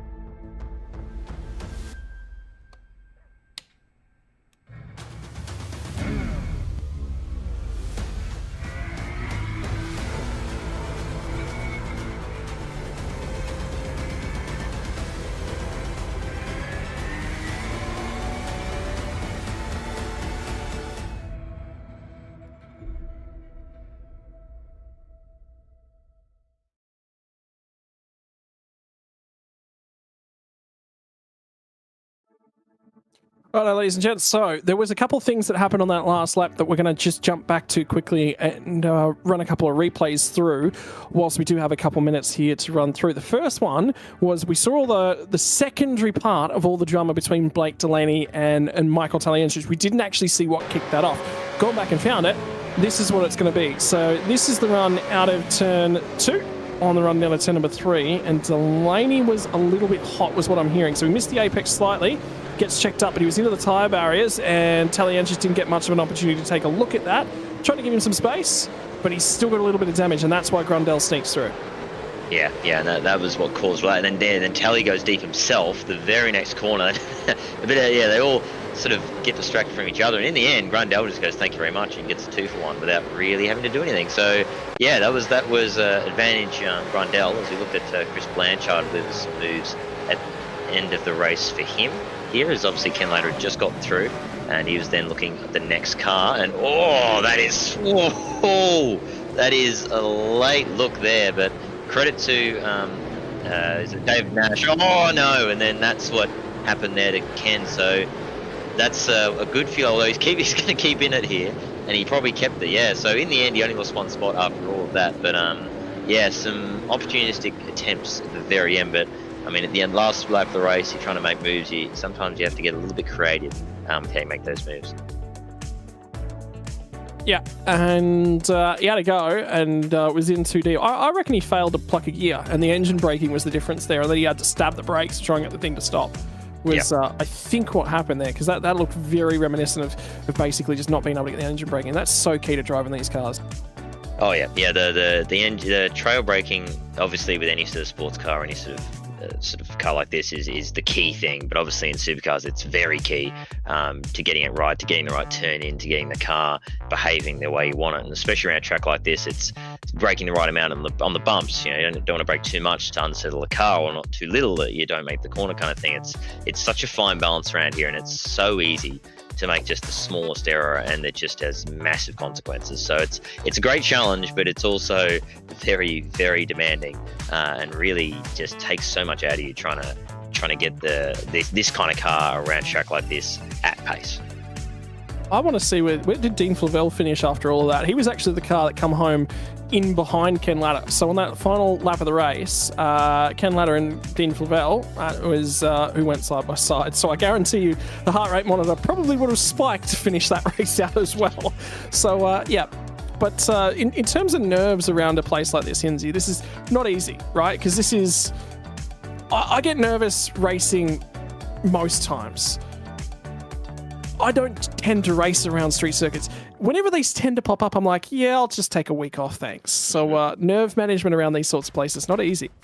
No, yeah, it's definitely a big thing, is just being able to keep it contained, almost keep yourself as calm as you can. It's so easy to just let it get to you a bit too much, and then you make that error. It's just, as I said, one little brain fade at the wrong time, and that's it, and then you're done, and there's not really a chance to have a break, and you've just got to try to keep that in mind, because the last thing you want is getting in the rhythm and then you make a mistake. And I think around here as well, that's a bit of a danger, is getting in the rhythm is always good, but you don't want to be in that point where you're too in the rhythm, if that makes sense. And I've done that a few times where I've been too in the rhythm, going a little bit too comfortably, and then you just accidentally break that, like maybe 10 meters too late, or you just miss something by accident because you're a bit too in the rhythm, and you just miss something, and then that can be easy to do around here. And it's very challenging, and it's just trying to not make mistakes. That really is key. I mean, passing and all that is obviously part of it, but as we said, with how difficult it is to pass around here, it really is just about not making mistakes and hitting your marks. If you can do that, as we saw with Sean and Scott there in that race, if you just hit your marks at good pace, you're going to be near unstoppable on a track like this. Righto, so we're just going to take a quick look at updated penalty tracker, because this is the penalty matrix and the league penalty point sort of system. So what's going on here is effectively we've had a change to license points, the way license points accrue. For those of you sitting at home and going, what's a license point? Why do these guys have demerit points? No, it's nothing to do with their real life road license. It's got nothing to do. The first penalties in the blue section is what penalties are handed down. So this is sort of the gradient how things work. Driving infringement. basically how severe was the incident? Who was at fault? This is after fault has been declared upon either driver. Careless, no impact, you're going to want it. Right, there's no impact to either cars. Don't do it again. Keep going. There's nothing really to look at. Careless, minor impact. We're looking for a redress. This is where maybe a bump and runs happen. You're trying to reset where the positions were. Some impact. Pit lane penalty. That's a drive-through penalty whereby you can't do anything about it.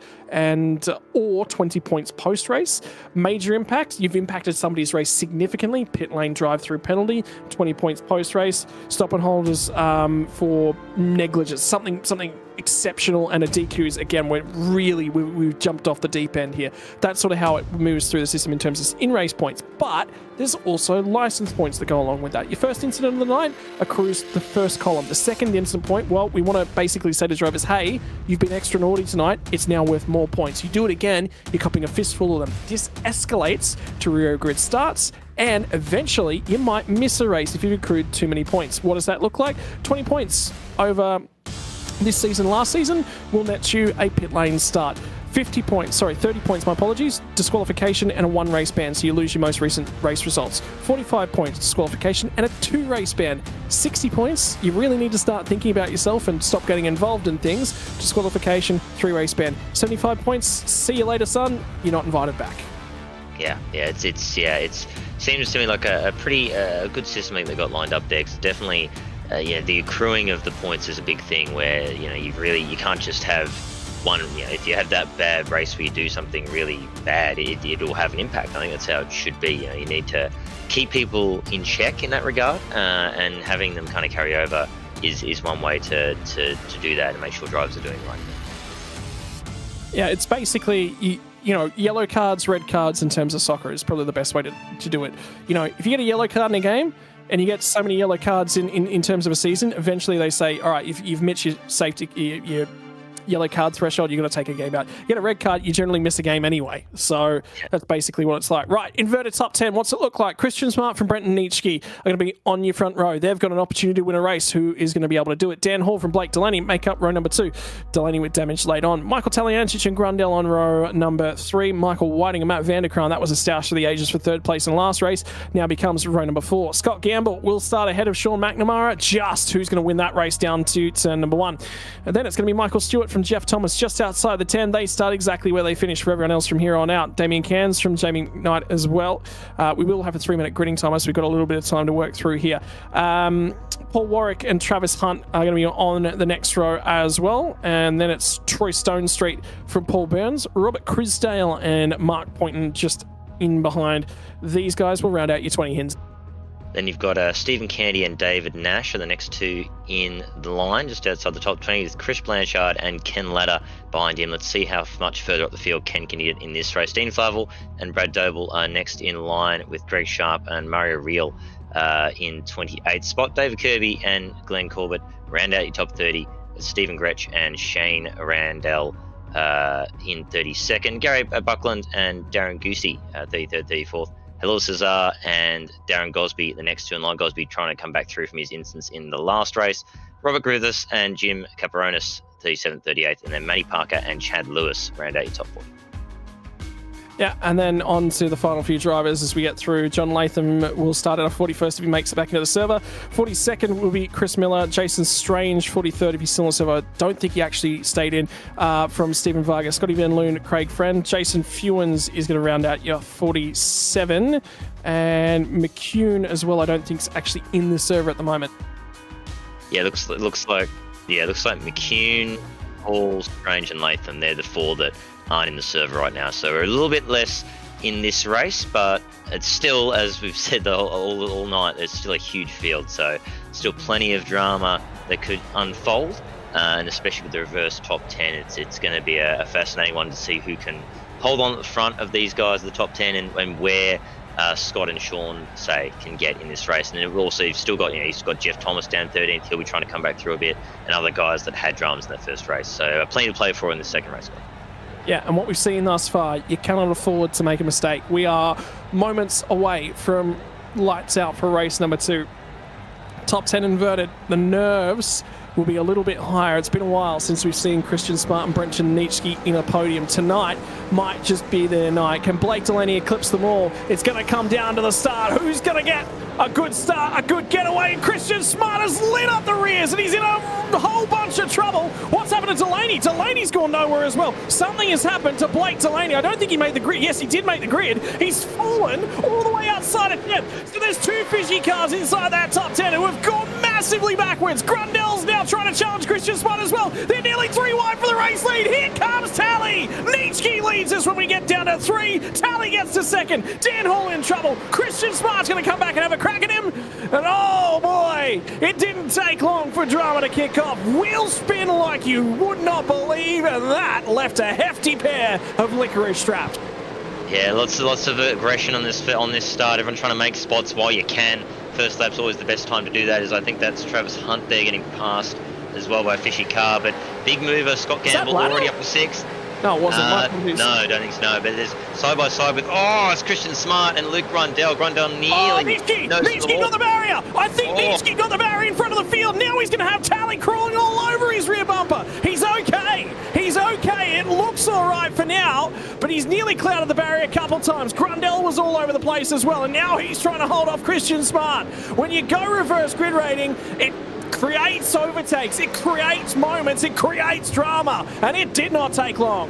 No, that's already, we've had plenty of overtakes. Scott Gamble's already up to, I believe, P6, so he's had a fantastic start. He's got 2 spots on his teammate already. He's all over the back of Christian Smart at the moment, looking into turn 1, probably not quite close enough. You have to wait till the next corner at turn 3, but he's looking good. Here comes Belle, already crawling all over Brenton Nitschke, and Nitschke got a big old wiggle as they crested the run out of turn 2, and the problem is the nerves. When you're in front of a field like this, Tally's going to swing it to the inside. It's been a while between drinks for Michael Taliancic. Job's not done. We'll get 2 right-handers in a row. That'll give him an opportunity. Does Dan Hall sense an opportunity as well? It's move still not done. Nitschke finally gets past. He'll get back to the inside when they get down into turn number 4. Just about gets it done. Does pull it up. Does manage to get the inside at turn 5 and now settles in, but he's wide again at 6. There is problems going on for the Frog Leap driver. Yeah, he's having some dramas here early on, and it probably, as you say, it's so nerve-wracking in this kind of scenario, leading this kind of field. You've got all these guys, fast guys coming at you, and he's just struggling to get in the rhythm, it seems. Behind Scotty Gamble up the inside. Oh, that's very deep. And he nearly runs Christian Smart into the wall, but somehow they got through that without dramas. Yeah, and Michael Whiting and Sean McNamara have raced each other a few times as well, so they're being really nice to each other all the way back there. But, yeah, that was deep from Gamble. He got away with it, and Christian Smart basically just went, I don't kind of feel like I can deal with this. And there's dramas at the back end of the field, and Ken Ladder's trying to cut his way through, but he's sinking. Ken Ladder's going backwards, so something's happened to him on this lap. Yeah. Oh, and this car stops just there too, just to the left. That's what happened to him. Look at that. Involved in an accident further back. And there was someone stopped as well. It might have been David Nash, maybe? Yeah, Nash is here. Oh, up the inside. Oh, massive hit. Safety car called immediately. Yeah. And yeah, we're going to stay with Nash to see what happened to him. It looks like, I'm going to guess, he might have either got help or on his own. On his own. Looks like maybe. I'll have a look. Okay. Right, yeah. So he's already had damage from the previous incident, and yeah, obviously there's nothing you can do now. The car is destroyed. And yeah, so we'll have a look now again. This is Dave Nash behind them. As you see, Kenny up the inside. Big covering move from the other car, and nowhere for David to go in that one. And that is a massive accident. And for those of you watching at home, why doesn't he know yet? Well, he probably does have some sort of idea there's some damage, but it's left-hand corners. He doesn't test out the left-hand front corner of that car yet until he gets all the way around the right hand. Now, he did get into the pit lane, and that will count as a valid stop. So he is back out there, and he is still in this race. I wonder, we aren't at effectively the fuel window, but we are very close to it. And there might be a few taken. Yeah, I was going to say, as we saw earlier, this is one of the ones where they actually don't have limited tanks, so they can make it. So they could pit after the very first lap, I think, if it's in They're all in. lap They're all 2. coming in. Yeah, everyone will come in now. Yep. So who's going to be where? Righto. How much do you fill this thing? I feel like you got to fill this thing. But who was saving in that first stanza, and who was trying to gain some spots? Because now it'll come down to how much fuel do you actually add to this. There's a couple of cars There's some cars who haven't pit. Jamie McKnight's gone through, as is Michael Stewart. Interesting. That's an interesting play. So I guess hoping for another safety car, I suppose, and hoping that they can go through on fresh rubber. But as we saw, track position is just so important here. I just don't know if that's the play. Tally keeps the lead coming out, and he's stayed where he was. It looks like the next couple of cars have stayed more or less where they were in the lead pack. Well, the problem I've got with this strategy, so there's 3 cars that are committed to it. It's Jamie McKnight, Michael Stewart, Gary Buckland. There's a compulsory pit stop. Yeah, exactly. Yeah, and as we see that with their starting fuel, I think we were looking at it before, and they could probably only get to roughly laps of 20 maximum. So they have to, like, even if there's no compulsory, just with the fuel they have to take at the start, they have to pit at some point. So I don't know. I think if they wanted that to work, they kind of needed more cars to stay out. So I think it's going to be tough for them now to make back positions when everybody else has pitted. So even if there is another safety car, you know, there's so many guys that pitted, they're going to drop so far down. So it's a gamble, I suppose. But I guess if you're further in the pack, I mean, why not? May as well give it a go. It might end up getting you a really good result. You never know. So. Okay, so it's going to be an interesting one, and to think about the back end of the race, tyres as well will be a really interesting factor that we've sort of just got to be aware of. So if there's maybe another safety car in about 10-15 laps towards the bottom half of that field, you might think about tyres. You just might think about them, but you're going to need to go probably 15, 18-ish laps from here before you think about tyre. Yeah, yep. No, it's going to be a fascinating one to watch where this all goes. And obviously now, for all these guys just pitted, you've got 3 cars in front that aren't the same pace as the leaders on more worn tyres that are now going to be this sort of cork in the bottle for everyone behind. So this is the opportunity for guys like Scotty Gamble and Sean McMurran, the guys further back from the top 10 reverse, to make moves while everyone's sort of checked up trying to deal with the slower cars. So this is that chance for them to make moves as well, using the slower cars as a bit of a sort of rolling roadblock to help give them those opportunities. Interesting, Luke Grundell. If you have a look at the number of drivers up here, the drivers that are probably the most aggressive is Gamble and Grundell. They've been pretty keen to send a dive bomb and send it basically anywhere. Gamble a little bit more circumspect, but I've seen Luke Grundell send some really, really big moves. Now, this can go one of 2 ways. Either it works out very, very well, or it works out very, very badly. It tends to, when you're an aggressive driver, you tend to not create a lot of average finishes. Yeah, you either get the moves done or have a drama sort of thing. Yeah, it's definitely something I see as well with that. So it's going to be, there's opportunities there for them, but they have to obviously play their cards right to get them done. One thing I did notice too when I was looking through, Jeff Thomas made a couple of spots off the start too. He's up a couple of spots into 10th now to be effective P7. So he's back in the top 10 after his dramas in the first race. So he's making moves to get back in that top 10. It's been a bit of a night of recovery really for him tonight after that drama. So he's making his way through, and obviously you got behind him, you've got Delaney, obviously he's going to be recovering. Whiting actually is a long way back. He's going to be recovering. Van der Kraan actually down in 15th, so I'm guessing he must have had a slow stop somewhere, must have missed his marks or something. So he's dropped back too. So some shaking and moving and shaking in the stops here has flipped the order a little bit at the top end of the field. I wonder if there's a couple guys that gone, we're going to get a couple of safety cars here, and just didn't fill the tank the whole way.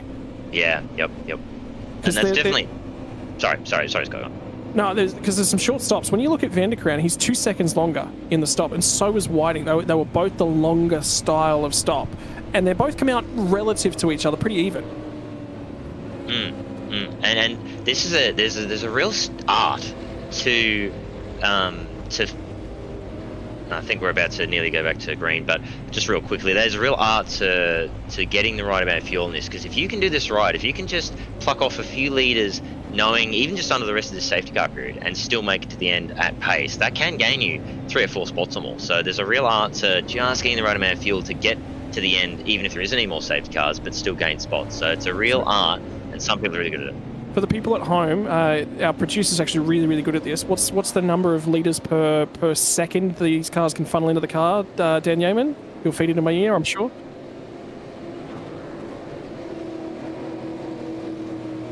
About 1.9 litres per second they can fill into the car is the minimum. So for each second in the pit stop, that's effectively 2 litres difference in terms of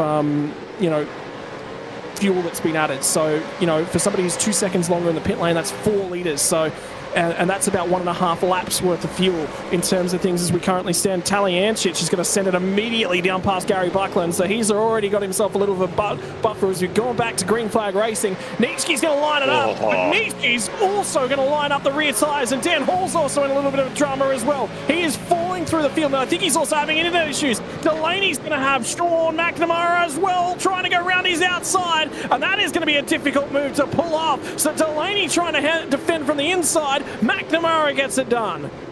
He does, yeah, and I'm just looking. It looks like Grundle has damage to me. I'm trying to see where he's seen. Oh, wow, Grundle. So oh no, Dan Hall, he's having some connection issues, and he blinked away right as they were about to go green. And Grundle, obviously, it's just bit, he's gone to go, and then he's appeared right in front of him, and Grundle's had nowhere to go. So that's massive for him. He's got pretty decent front-end damage, and that's, yeah, just from Dan Hall having some connection issues there at the very wrong time. I think Dan's going to go back possibly and try and find it. It's a bit further back, so before the second to last corner, yeah, Dan Hall, he's there, and then he disappears, and then Grundle had nowhere to go, straight into him. And that was that. So I wonder where that came from. Luke Grundle. Yeah, there is there. We found it now. That was that issue. So yeah, Dan Hall left, vanished, came back, and he had nowhere to go. And now Grundle's gone, so I guess his connection too. So all sorts of dramas. Meanwhile, Scott Gamble has passed Dan Hall as well. So it's all kicking off here now, Scott. Yeah, so Gamble now up to 6th place on the road. He will be in behind Brenton Nitschke, will be the next car. But I can tell you, Luke Grundle has just about disappeared. Dan Hall's still on the server, but Grundle, I think, is just gone. Buckland still sits in 4th place. Michael Talyancic has cut his way through to 3rd, but he's got the fresher rubber on board, and now he's trying to have a go at these guys. Ken Latta has just come back out of the pit lane, so he's had a drama, and he's had to come back in as well, and he's only just ahead of our race leaders. Yeah, that's big for him. He's just such a from bad to worse tonight for Ken. He's looking good at the start, and he's had dramas in race 1 that continued even worse in race 2. So he'll be just trying to get to the end. Yeah, there we go, another one. Going around. Yeah. Oh, it's all kicking off now. The second race. Oh no! Hang on, Michael Talyancic is in the fence. Oh no! Oh, and he was going so well. Oh, and that's drama. Gee, don't back into the field, but he's doing well, but look at how much damage he's having to do. Hang on, something's happened to Dave Kirby, and the engine's off on that car. God, so I reckon he's going an engine under downshifting as well. So we're going to have another safety car for sure, because there's more drama that's kicked off. And for those guys who underfilled the car just a little bit, well, this changes things. McKnight still leads the way from Stewart, but they've got to do a compulsory pit stop, and that is my biggest concern. Yeah, and there's the safety car. There it is. So wow, wow, there was so much to unpack as I was there. We're going to pick now to get that. Yeah, get back out. What was the point in staying out if you're just going to do that? Yeah, it's as I alluded to, you know, like you're waiting for the next safety car, but the next safety car could happen in 2 laps, like it happened just now. And so in the end, you don't gain anything. So it works, but it can work, but it's a very particular circumstance where it does. So it's a very risky play. I don't think it's really worked for them, but they've now cleared that. As Tally, I was just watching, he's trying to limp back to the lane after he basically just sort of ran the wall a bit, trying to get it going again. He was obviously trying not to get hit, so he couldn't really back out, so he just had to keep ramming the wall, trying to sort of get it around. And, yeah, that car is wrecked, but he does have a spare car. He'll be able to use that, but he's at the back, and that is such a shame. He was looking so good in this race, and it's just all come undone. And I'm sure we'll see it up on replay at some point soon, what happened there. But yeah, big shame. Something else is going on in the safety car queue as well, as they all check up at the end of entering turn 3.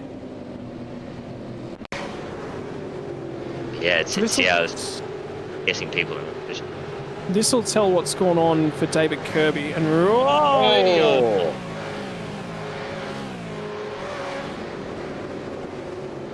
that is huge.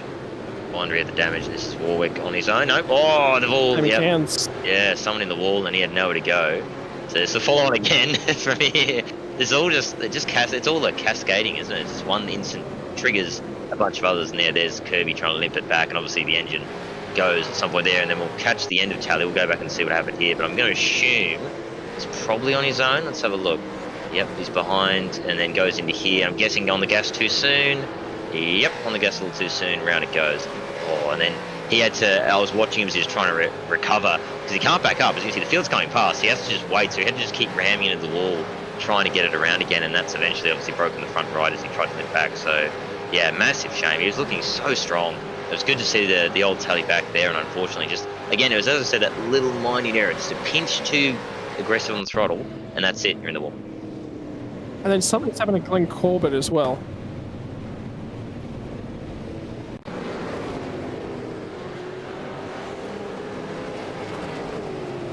So this is on the way catching the safety car, and at this point in time there's literally no point because everyone's done their pit stops for going fast, and Cesar's just is on the brakes because the safety car queue's up ahead. But yeah, it's one of those things, isn't it, where you're trying to catch the cue, but I think you gotta, you want to try and catch it, but you've got to be ready that you are going to catch it obviously at some point, so you've got to be ready that it's going to slow down. So probably a little bit aggressive there from Corbett. He maybe should have just been a little more aware that they were going to catch the cue at some point soon. So just, back off just a pinch, just be ready for that, because you don't want to obviously drill someone under safety car. It's obviously the cardinal sin of racing that none of us want.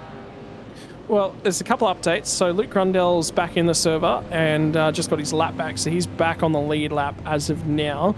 Paul Burns was off the lead lap, will also be back on the lead lap. And I think Jason Fewens just got his lap back. Indeed, yes, he did, but he was at 2 laps down. So something further has also happened to Jason Fewens in this race as well. But that'll effectively eliminate him from contention for the night. Yeah, it was a drama-filled lap and a bit there. Everything kicked off as... who's that? It's Ken Laren Lane again. So I wonder if... Yeah, I was just thinking, I think because he's at the back, he's just figured, well, I might as well just get a fresh set of tyres anyway. I'm not going to lose any positions. He's just going to get another fresh set, because why not? May as well. If it's going to help him lob through again, and every bit's going to help there. So, yeah, he's down now in 41st. Let's see what he can do this time around. We've seen last race how quickly he could make moves up. So let's see if he can do that again. He'll want to if he wants to salvage any kind of points, really, from this race. It's going to be an interesting one, I think, from here because, well, fuel questions have now been solved, but it's still going to be a fair distance. We're not even 10 laps into this race, by the way. We are only on lap 9. We're about to start lap 10, and we've already had 2 safety cars, so that didn't take long. 4 safety cars for the night. I don't remember. I don't think I picked a number I would have gone with, but I honestly would have gone under that, to be honest. How many more? Oh, boy, that's... I think we might still get one more, all right? Because it's getting to that point. It's the second race. It's the last race of the night. Everyone's desperate to try and get some more positions, and this is when I think on the fence of the safety car. No. Paul Burns. No, wait. Yes, Paul Burns. Another cardinal sin you don't want going the fence on the safety car. He's already taken the fast repair. So this is night done for Paul Burns. Yeah. Looks like he's just on his own too, just trying to catch the cue, and he's just on his own, gone in too hot. Yeah. Yep, in too hot, straight in the wall. Oh, and yep, that would have destroyed the front end. Well, it's also hurt Jason Fewens. Yeah. It was the car that hit him as well. Anyway, we're about to go back to green flag racing. Brett Nitschke now has control of the field. And what a weird and wonderful night that we're currently on from Detroit Belle. When you come to a street circuit, funny things sometimes tend to happen. In the meantime, Brett Nitschke says, I've got a race to win, boys, and he is going to go after it. Scott Gamble finished second in race number 1, sits second at the moment. I'm going to say he is probably our points leader as it currently stands in tonight's round. Yeah, I'd say so. Obviously, with Jeff being further back, and then obviously the dramas for Ken, he should be in the lead of the points and in the prime spot to make another win out of this as Nitschke runs deep into turn 3, and that's giving Scott already a look. He's got the time. This is the thing. He's got 17 laps here to just line this up. Doesn't have to do anything brash. Just look at Nitschke, what he's doing, where is he weak, what's his weaknesses, and line the move up. No need to do anything crazy yet. He has the time. And that's the key thing for Gamble. He can really play this smart, really do it the right way, so to speak, and not have to be too desperate about it. Yeah, you can just start filling that mirror now, just slowly ramping the pressure up. But yeah, I think you're right. It doesn't have to be immediate. I think he understands this, and I think Nitschke sort of knows that this is probably going to happen. He's just got to try and, not make mistakes at the moment. But at the moment, Scott Gamble is just about wrapping out a tune on that rear bumper for Nitschke. He is in a little bit of trouble, but Gamble's going to have to sit for another few kilometres just yet. In the meantime, Dan Hall's been passed by Christian Smart, and I wonder whether or not he's going to be able to get that one back done. But Sean McNamara is starting to range back up on the back end of these guys. Could he get all the way to the back? And Dan Hall's had a huge moment as they come out of the last corner as well. That's allowed McNamara up the inside. Yeah, background. Someone's gone. Yeah, Crisdell. Yeah. I saw it as well. Me and Dan saw it both in the background. All on his own, just, very loose. Nearly loops it, and big damage. Oh, no. Jeff Thomas. Oh. He's stuck. Yeah. I think it's all on his own, too. I got to score the end of it. I think he's just sitting there. So that is between turn 1 and turn 2. That's the outside of turn 2, right at the entry point, and he's just stuck there. Oh.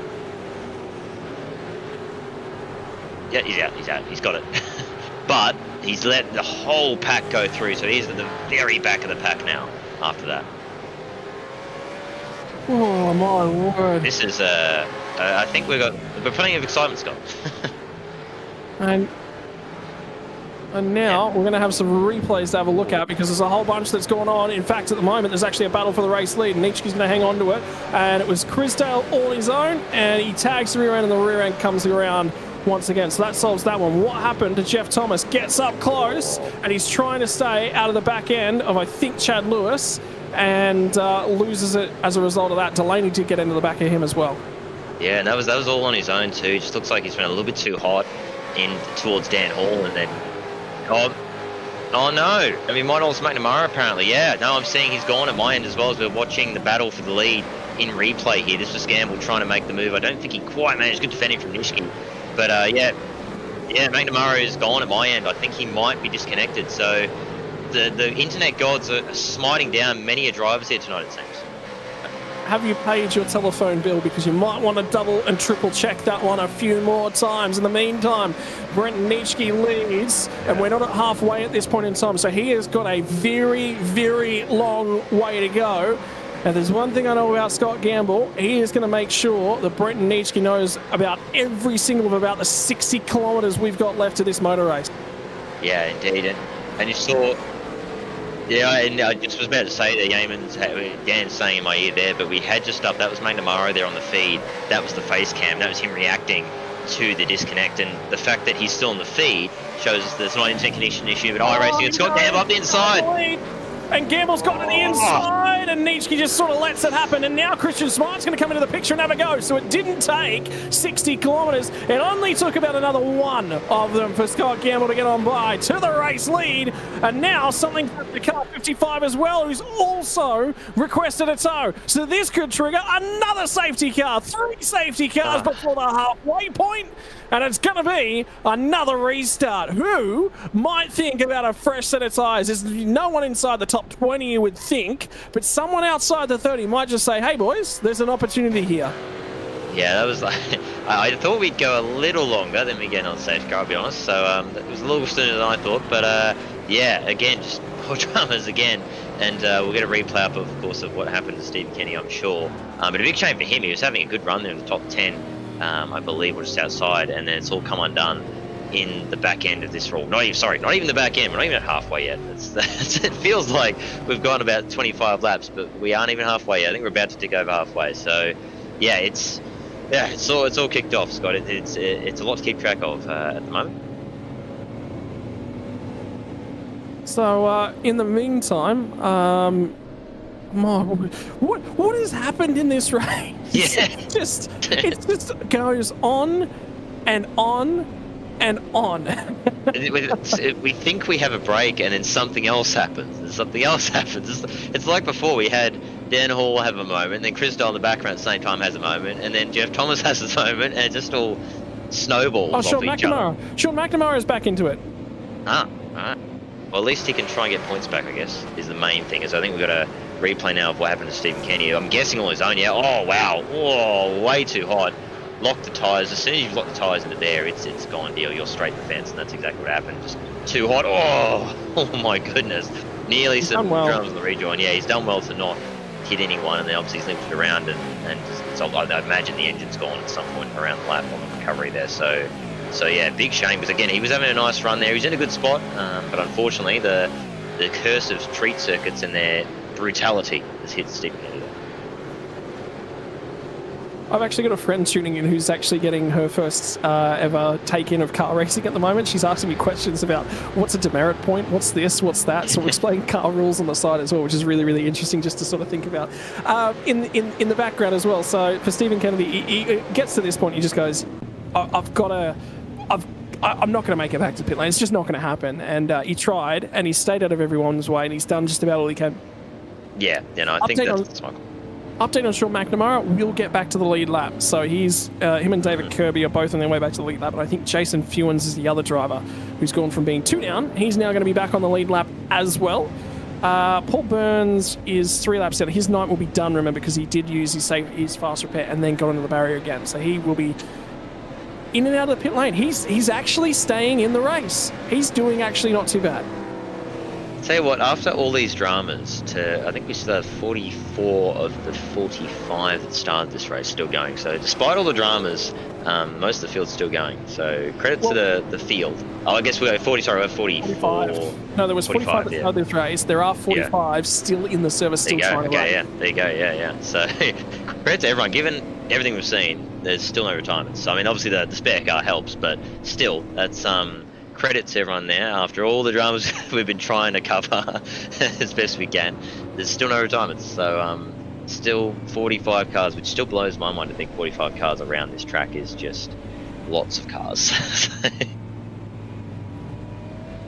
All right, so safety car's probably going to do one more lap from here. At that point in time, we are going to be, I think, just past our halfway mark. Yeah, we are. So Scott Gamble's... we've just crossed over the halfway mark right now, about halfway through this lap.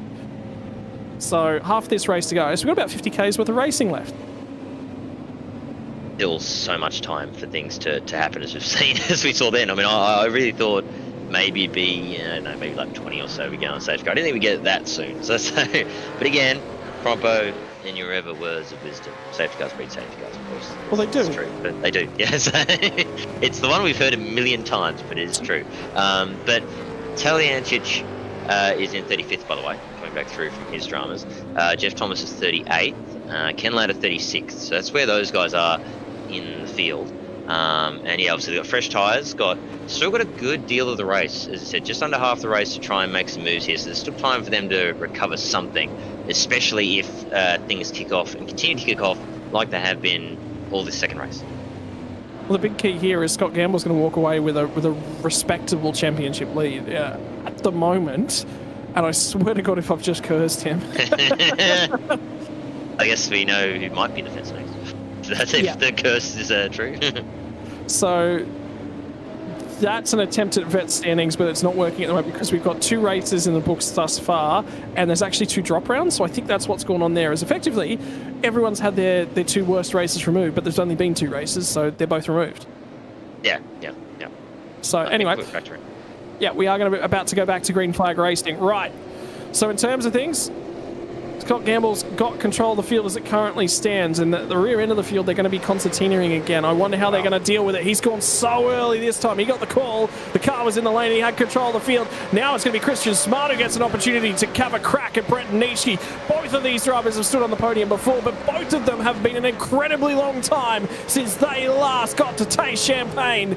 And at Detroit Belle Isle, it's not just champagne, it's a dip in the fountain as well. It is, and well, Christian Smart's got a really good run out of turn 2. He's going to have a look down the inside now, but I think he's not quite close enough behind. That's Blake Delaney was having a half look at Dan Hall, but nothing doing there. So it all stays line of stern for now.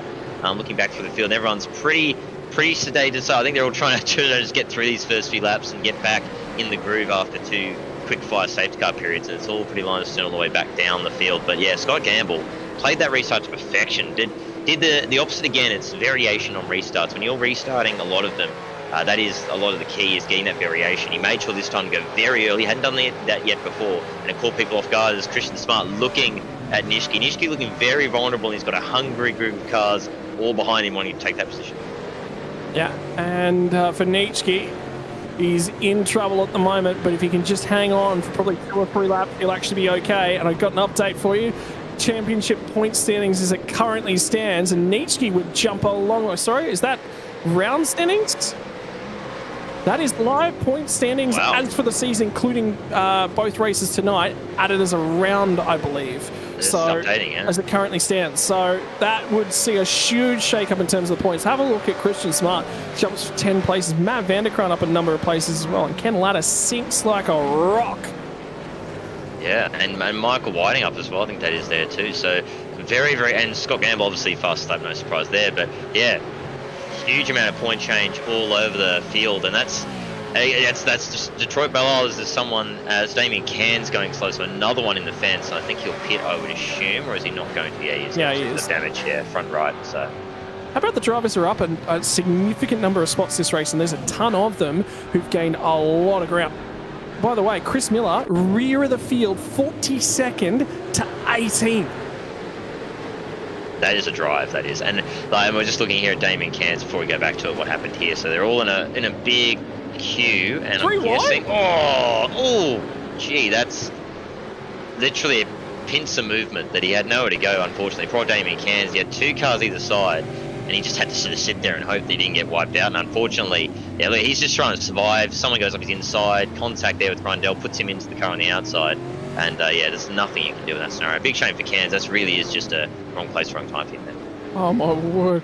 Just interesting. Yeah, but for Chris Miller, and now he sits behind Halil Cesar. This is probably Halil Cesar's best race of all time in V8 Vets Split 1, because he's been into Split 1 a couple of times, out of Split 1, had a little bit of a break, back to Split 2, has made his way back to Split 1 yet again. And something just happened to 269 as well, which is Ken Latta. Oh, again. Oh, no. Oh. Jeez, this is just an absolute horror show night for Ken. It just keeps going wrong, doesn't it? Just keeps going wrong. Let's have a look what happened here. He's at the back of the pack trying to come through. Yep, up the inside of Caperonis, and then Caperonis gets a wiggle and straight into Ken. Oh, that is just the worst. Something else has happened to Van Loon now. I'll try and find out. There's an engine just going ahead of these guys. And that's Stone Street's just lost my engine. goodness. Now around goes McNamara. It's just pandemonium, isn't it? It's the streets of Detroit are absolute chaos at the moment. But where do you look? Because it's going on everywhere. Literally can't. You can't. It's just everywhere. We look at something, and then something else on the other side of the track happens. It's just that chaotic. I didn't catch who that was. I could see them going through the first turn, and that's what caused that. So it's Sean McNamara, but Troy Stone's lost an engine on the way in. McNamara then doesn't see him. He's completely and utterly unsighted, but he would have seen the puff of smoke. Safety cars just forward. Oh, look at all that. Look at all this. There's all these cars everywhere. Something's happened to Van Loon before then. Then Stone Street downshifts an extra time into turn 1, blows the engine. Oh. So Van Loon's already gotten into somebody there. Is that Craig Friend? I think that might be Craig Friend. Oh, there it is there. Well, it's two. So he hits him once, and then again. Oh, he pitches him there. Yeah. Just messy, really, wasn't it? And then I think Troy was just in the first corner. I think in the first corner, Stone Street, as we said, he just blimps too hard into the first corner, and the engine goes. And that's it. We'll see it here on the way to third or fourth. Third. Yep. Just too keen on the blimp, and down it goes. And then obviously everyone here, so everyone's checked up, knows what's going on. And Van Loon's already got a tyre off, I think, is what's happened in the back. Yeah. He's just trying to get around, and then there's a car that's blown up. Everyone's trying to dodge it. It's just. Yeah, it's just. So see how the steering wheel is straight in sim? Yeah. That says, by the way, for everyone that's watching along at home, so the wheel that's straight in the sim there means that there's a tyre off. In the replay function, when the wheel goes bog straight like that, there is a tyre broken off, or there is damage that is damaging the steering severely enough that you can no longer see what their steering is doing. So he has got previous damage. Yeah. I think, it looks like, it was working, and then as they've gone in the middle of that corner, that's when the tyre failed, and poor McNamara, obviously nothing he could do. He's trying to get around it, and it's just wrong place, wrong time, and that's what sort of kicked that off. Well, and then Stone Street as well. So he's been sort of left nowhere to go, and then Stone Street's blown up in front of them, and he's trying to get around, and it's just, bad situation right across. Whoa. Okay, can we take a breath for 5 minutes? I wanted to have a look at, in all this mess, by the way, ladies and gentlemen, and I think we're going to need your help out there in YouTube land tonight. Do you have a choice of driver of the day? Because we've got to choose someone. I don't know where it's going to come from. And the one key I was looking at was when it goes to Bedlam, who's managed to keep a level head is always a good way, and positions gained. This race, too, for Chris Miller is supreme. Yeah. I was just looking, you're saying positions gained. I'm actually looking across both races. I think, so what's that combined? That's 17 and 11. So 28 combined spots gained.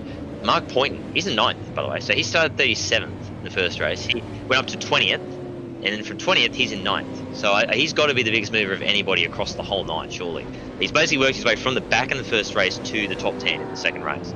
Through, as we said, through just dodging stuff. And also, Greg Sharp, started 46th, 27th in the first race, 27th to 12th now. So there's a bunch of them like that. They're at the back. They kept the nose clean in the first race, made what they could, and they're now in the top 10 or just outside from doing the same thing again in this second race. So I'd like to give a shout out to both of these guys, because Greg Sharp and Mike Poynton, they tend to find themselves in other people's incidents a few times. I had a few chats to Mike Poynton last season about, you come in and you questioned a few things when I was sitting in race control. I said, you can't. One of the big things, and I said this about Greg Corbett last week as well, was that you can't veer back across the track. You can't release the brakes, so you can't be doing these sorts of things. He took all that to heart. The first time he looked at it, he went, I don't agree with that. He come back a few moments later and went, okay, now I get what you're trying to say. Now I get what we're trying to do with the RaceKraft. So he's been working on that. And Greg Sharp over the last couple of seasons has been in a lot of different incidents. And this is a cleaner drive than he's put together. But there's been flashes of this. Every time he puts together clean races out of somebody else's business, it's towards the back end of that top 10. And he's improving that a lot as well. So both of these have done a really good job. Oh yeah, absolutely. Yeah, it's been a great drive from both. I mean, they've still got to get through this last 7 or 8 laps, which who knows is what we've seen. It could all still kick off again, but if they can keep it doing what they've been doing all night, they're on for a really nice reward for a really good result in the second race after getting through all the dramas. And as I said, you look through all this. I mean, 16th to 8th, Travis Hunt; 20th to 9th, Mark Point; Chris Blanchard; 23rd to 10th; 25th to 11th, Dean Flavel; Greg Sharp, as we said, 27th to 12th; 26th to 13th. Mario Real, Shane Randall's up a bunch. So all those guys there, all the way down, you go down to P24 in that queue, and they've all gained substantial spots. And then you get down to there, and then next after that's Michael Stewart, who's lost spots. But all those guys in the teens have gained bulk spots in this race just from keeping the nose clean. Well, we are within sighting distance of the end of tonight's racing action. At the conclusion of this lap, there will be 8 racing laps left to run, and there might be enough time for one more safety car, but I get the feeling that might just be about it. They may not allow another safety car out here. You knew when you came to Detroit Belle Isle, it was going to be a tight race. Who is going to continue picking up spots as this race goes towards the checkered flags? Its final few moments. Who can make the most of them, ladies and gentlemen? 8 laps left to run. We want to hear who your best driver of the night has been thus far. There's been some celebration for Christian Smart, some celebration for Brenton Nitschke, and now the opportunity for everyone else to get a little bit of a show as well. Scott Gamble will have control of the field. When will he go? He's going to hold them out of this last corner. Let's hope it doesn't cause dramas further back. It's the only thing with that. Going now, so run out of this corner. There is some checkups at the tail end of the field, but it looks a lot cleaner than it was before. And Scott Gamble will lead us away down into turn number 1. Who is going to be the big surger in behind? And there's an opportunity for Dan Hall and Blake Delaney to get their way onto the podium as well. And Dan Hall, it looks a little bit vulnerable. He's forced to cover as they come off of turn 2, and the run down to turn 3. Looks for the feedback. Throws the fake to Blake Delaney. Can he get the fake Delaney down the inside? He gets there. Dan Hall's left him space, but Dan Hall's going to get the drive. Oh, no. It was the crack. It was the trouble in the background. Vanderkraan's around. Vanderkraan was having a bang night. And Travis Hunt's involved as well.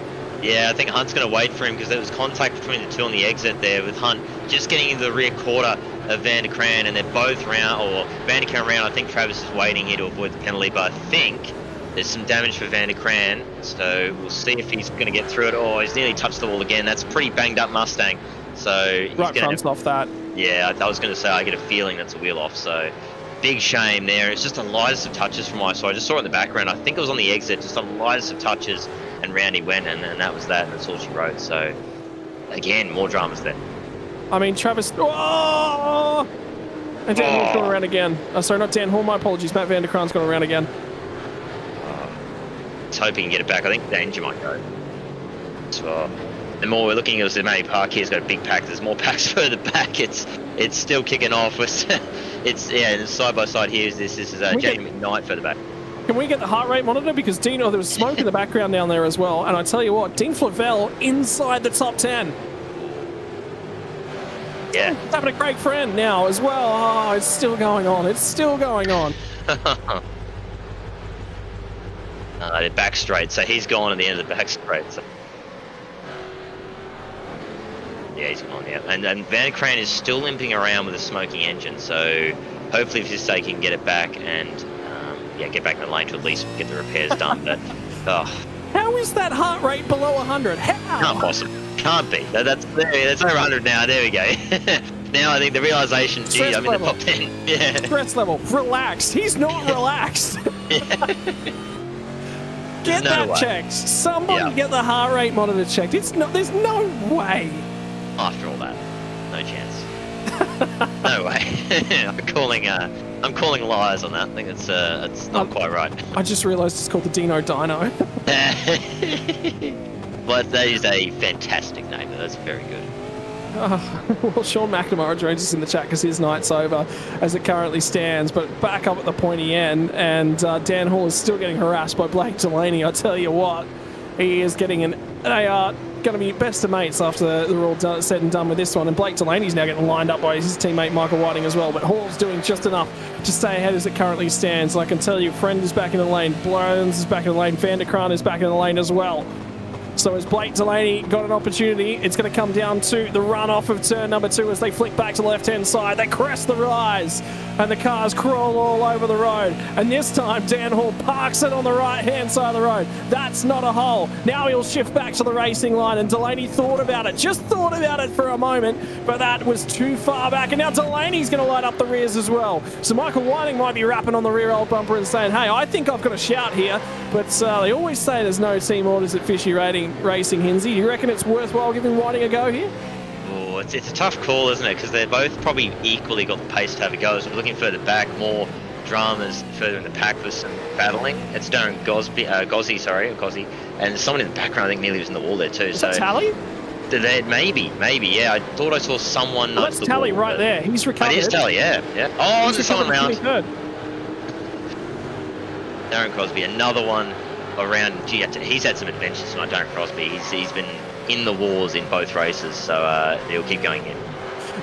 Might just have to call himself an adventure sporter after tonight instead of a race car driver. But back up at the pointy end, Dan Hall is still getting harassed, and for Tally, I'm enjoying this drive from Tally because, albeit he's found he was in with a shot to win this race, not anymore, but he's passed 3 cars on this lap, and he's up in 21st with a ton of speed. Oh, and now Jamie McKnight behind, yeah. Sorry, there was some dramas. As he turned away, he got into the side of someone and half spun him, but they managed to get through. I thought we were going to have another track blockage, but they managed to get through. Jeff Thomas is in that too, so Jeff Thomas is there. Ken Latta in this pack too, so there's a bunch of them all trying to get through this pack and make positions. Yeah, and I'm just having a look. Mario Real just sits outside the top 10. Brad Doble as well. Shane Randell is just outside the 10, and he feels a little bit like a cork in the bottle. You've spotted more. Yeah, Ken Latta at the wall again. He's gone in the wall again. He was having a go. Yeah, and in the right front's gone. That's done. Yeah, he was having a go at Jeff Thomas into turn 1. Just went a bit too deep, slight touch, and round he went. So, yeah, this has been a nightmare for Ken Latta. Absolute nightmare. Well, I know somebody else that every time I talk to him is always says I'd never like to be a steward. Your thoughts, Hinsey? You want to be a steward on a night like this? Oh, no. I remember I've done when I've done admin before in leagues, we just always quickly look at Blake Delaney and look at Dan Hall. Oh, nearly. But I've done admin before in leagues, and when there's been times where it's been a lot of incidents, it is the worst time trying to sort through all the incidents you've got to sort through them all, and it's not fun. It really isn't. So I do not envy the stewards on nights like this where there's so many incidents. It's just a lot to have to go through. So, and again, kudos to the stewards of the series for doing it, because it is a thankless job stewarding. It feels a little bit like Christmas in a shopping mall sometimes when you're a steward on a night like this, but for the meantime, it might be Christmas for Dan Hall, because at the moment sits in 4th spot, still trying to hold off Blake Delaney. Delaney's a little bit closer as they head off the run, and keep an eye on this pack as well. Where do you look? Your eyes are just going to be on a swivel, and again, not quite close enough is Blake Delaney. And now Ken Latta's going to request a tow. And we are 2.5, what are we, 4 laps left to go. How has he ended up there? Yeah. I think he just ran off, so he was trying to limp it back, and same thing as before with Stephen Candy. He's realised that there's no point trying to limp it through the back back half the track and cause dramas, so he's just pulled it off and go. Otherwise, we're looking at more battling further back. Matty Parker involved in this, and look at this squabbling further back in the pack, and that's Taliantich around the outside. Oh, space given just. Tally's got the fresher rubber on, so he's got an opportunity to make use of that, and I think that's exactly what's happening here, because he pit all the way 5 laps later on lap number 8. He's been looking after the tyres as well at the rear end of the field, all the way back to 20th. He had to sit there and wait and wait and wait, and now he's going to get the nose ahead and get into 20th spot as he passes Robbie Griffiths. Keep your eyes on the next little pack up the road, because Matty Parker's at the back end of it. Glenn Corbett's the next car on the road. Halil Cesar and Stephen Gretsch is the lead of it, and Varga and Chris Miller are having a giant old stoush. They're the next 2 cars on the road. Very difficult to get down the inside though. Oh, now Chris Miller's going to slap the wall. That will be damaged for sure. Look, I'm trying to have a look actually. That looks, it should be, surely, but he maybe got away with that. Maybe. Let's have a look. It depends how the car handles in the next few corners will be the cue for how it looks, but it looks like he No, he's definitely, there's definitely a lot of toe on the left front tyre, and it's not facing in the right direction. I think Chris Miller's trying to communicate to Gretschy to have a go at him because he doesn't want to hang on to this spot, and he's yielding with Varga. Sorry, my apologies. Stephen Varga gets down the inside, gets 14th spot. Yeah, some major toe on that one. That front left is, that is not good. I don't know how he's still driving this right now with that toe. Yeah, that's what man, Dan's saying in the background. I don't know how it's turning left either, because look at the angle. That is a mean angle on that front left. I don't know how that car's still driving right. It's got toe out when he's turning to the right still. It should be pointed in at that point. It's crazy. I don't know how he's still going, but credit to Chris. If he can leave this around, that is an effort, that is. Does he have a meatball? Surely he doesn't. No, he doesn't actually have a meatball. He's actually okay. iRacing has said that the car is fit to keep racing. And in the meantime, he's going to try and hang on to a few more spots. How's Tally doing? Has he picked off any more? No, but he has closed now, and he's right up and underneath the rear wing of Matty Parker. There's not an opportunity there, though. But he is coming, and he's coming at a great amount of knots. It's that fresh rubber, as you say, making all the difference, and he's able to go for these moves that the guys on worn tyres can't defend from. So he's got able to use that aggression, and be looking to have a go at Matty Parker. Maybe try and just sneak another couple of spots, maybe, as we've got, I believe, 2 to go. So not long left for him, but they're all squabbling in front of him. So there's plenty of opportunities here for him to maybe sneak another couple of spots and get into that, then deep into the teens potentially. Yeah, and now he's going to be looking at the rear bumper of Matty Parker. Is Parker going to cover him? He pulls to the inside. He's not far enough up alongside. Now he is. He'll be required to leave racing room when they get to the apex. He gets far enough alongside. They will bang wheels. And it's front to front, rear to rear, as they were just about even at the apex of 3. Finally, Tally squeaks on through. 18th spot on the road. Another spot from this one. It won't show on the positions gained overall because he lost a whole host. But now, where do we look in terms of the racing? Up at the front, it's going to be Gamble from Nitschke from Smart. That's just about all decided, barring a car in the fence. But Dan Hall hangs on to 4th and has been hanging on to 4th by the skin of his teeth for such a long period of time. He tries to fire. It doesn't quite get there as they get down to the back straight, and that will probably decide that one in favour of Dan Hall. Yeah, you'd think so. That gives that nice little buffer for Dan Hall. So all he's got to do now is just keep it clean on this last lap. And he should hold that, but obviously, as we've seen, one little mistake, and that can be it. As we're looking there, I was about to say that, I was just looking, Mark Poynton now up to 7th now from 20th, and behind him, Blanchard, Farvel, Sharp, they're all in the top 10 now, thanks to all these dramas. And then you've got guys further back, Stephen Vargas, 44th to 14th in this race alone, 42nd to 15th for Chris Miller behind him, even with that damage. So there's so many moves. The amount of positions gained in this race for some of these drivers is crazy. Yeah, race not over yet. White flag in the air. There is one more lap out of 200 kilometres here at Detroit Belle Isle. Scott Gamble has been supreme out in front. He duelled, he diced, he tried to get that race win last week and finished 3rd, bottom step of the podium. He'll be a lot happier about this one. Mark Poynton's had a reasonable night at the office. You cannot complain about that inside the top 10. And Dan Hall is just going to miss out on the drinks at the end of the night as well, because Christian Smart's going to get there ahead of him. Yeah. He's just got that gap, and he's got a lovely little gap now to the lead, Dan Hall. But yeah, he's lost half a second on this lap. He's lost more than half a second as Christian Smart. I wonder if he's not short on fuel. Yeah, he looks like he's cruising. He's cruising. He might not hold this, Dan Hall might have a chance. If he's run out of fuel, yeah, he's cruising right now. It's tied. He'd have to be starting to cough any time about now, but he has lost so much time on this lap alone. So whether or not there was damage, a car in the wall, but time is going to run out. Scott Gamble's going to get to the finish line. He will take race win from race number 2, round win and overall. So he gets there from Brenton Nitschke. Christian Smart does manage to get it home in 3rd, and Dan Hall from Blake Delaney 4th and 5th. Then it's anyone's guess, because Whiting from Point and from Chris Blanchard gets a top 10 finish. Dean Flavel, the heart rate monitor, and the Dyno in 9th. Greg Sharp gets home inside the top 10. Brad Doble just misses out on the top 10. Mario Reale, Stephen Varga, Chris Miller, Stephen Gretsch as well. And I tell you what, I hope there was some popcorn boiling, and Tally, something happened to him post-race as well. Yeah, I think guys just, probably... Oh, I think he was so busy trying to hold the position over the line that he kind of forgot to brake for turn 1, so, which is, well, fair enough with all the dramas they've had. But, yeah, wow, that was certainly a race. So much happened that I think you could probably do a whole podcast on that second race, quite frankly. and you still probably wouldn't cover everything that happened in that race. Oh, I tell you what, who did gain the most spots in race number 2? I think it is going to be that 44th to 14th drive, because that's mega. He got to 13th at Vargas. Yeah, 29 spots in one race is a mind-boggling stat. It was 31 spots, I think, isn't it? Oh, true. Yeah, I think you're right. Yeah. Yeah, so 31. Yeah. That'll definitely be the most gained. That is,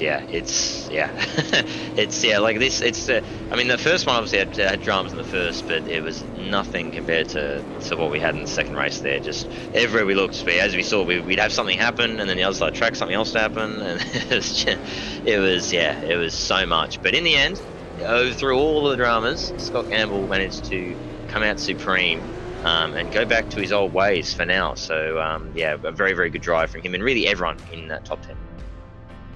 Well, Scott Campbell's going to take the round win for sure with a first and a second, and Brenton Nitschke gets home in second. Christian Smart, Hell Delaney. That's just your results from race number 2, which I don't actually think we do have the round results as it currently stands. So we'll try and work ahead on getting those. But this is certainly your race results. Like I said, Doble from Reale from Varga. Chris Miller manages to hang on. Nobody knows how. From Stephen Gretsch. From Hallel says Shane Randell, Matty Parker, Glenn Corbett did manage to hang on from Michael Taliancic. So Parker got past Corbett and kept Taliancic behind him at the same time. Probably offense is your best form of defense there outside your 20 for you, Hinsey. Yeah, it's Robbie Griffiths in the end, after his sort of dramas in the first race, still gets to 21st. So another one who gained heaps of spots. A common story in this one. Chad Lewis 40th to 22nd, so he still gets a result there. Then you get some people who have dropped back. Michael Stewart went 11th to 23rd. It's a bit of a drama race for him. McKnight 14th to 24th. Crisdale there, Buckland, he gained some spots as well. Jason Hewins went from the back to 27th, so getting through the drama for him. And you got Kirby, Crosby, and Jeff Thomas ends up in 30th. A complete flip after his success last week, but that is the nature of the beast of Detroit. And you got Cairns, Nash, Grundell ends up in 33rd there. Travis Hunt down in 34th after his contact with Van der Kraan. Stephen Canny ends up 35th. Cozzy, Caparonis is the last on the lead lap. And you got Van der Kraan, who got back out to at least get a result out of it in 38th. Van Loon 39th. Then it's Ken Latta, I believe the first two guys who didn't make the checkered flag. McNamara, Craig Frand, Stone Street, Warwick, and Bryans ran out your field. And yeah, this is, as we saw, I mean, this completely changed the complexion of the championship after the first round. And as we'll see him in the next round and everything, it's all flipped now. It's Ken Latta's dropped way down. Obviously, Jeff Thomas will drop down spots, and actually we've got him right now. Here we go. So Scott Gamble leads. Nitschke now in P2. Dan Hall third. Delaney, Smart. Thomas still holds on to 6th despite his dramas here. And it's Whiting, Stewart, Flavel in top 10 the championship, and then Latta drops down to 10th. So that championship standings table is just, you wouldn't even think that the first race really happened, really, with how much this has all changed. It's a total backflip. It's just, you'd almost think that we went to the casino and just did a random game of betting on it, and then that was sort of what we came up with, really, is what it looks like after that first race. Have you got a good poker face? Because I think you're going to need one to try and decide who's managed to come away with a handful of aces and who's been forced to make their best with a pair of twos. So that's what it looks like outside the 30 in terms of your championship standings. I don't know who's actually managed to finish second in the round. So what we're going to do, ladies and gents, is we're just going to interview 1, 2, 3 from race number 2. That'll at least give us something to talk about in terms of things. I'm going to start with tonight's definite round winner, who is going to be the man who sits on top of the point standings after that one. And from where you stood, Scotty, that was actually reasonably quiet. Not a lot went on throughout the course of that night. Yeah, here you go, guys.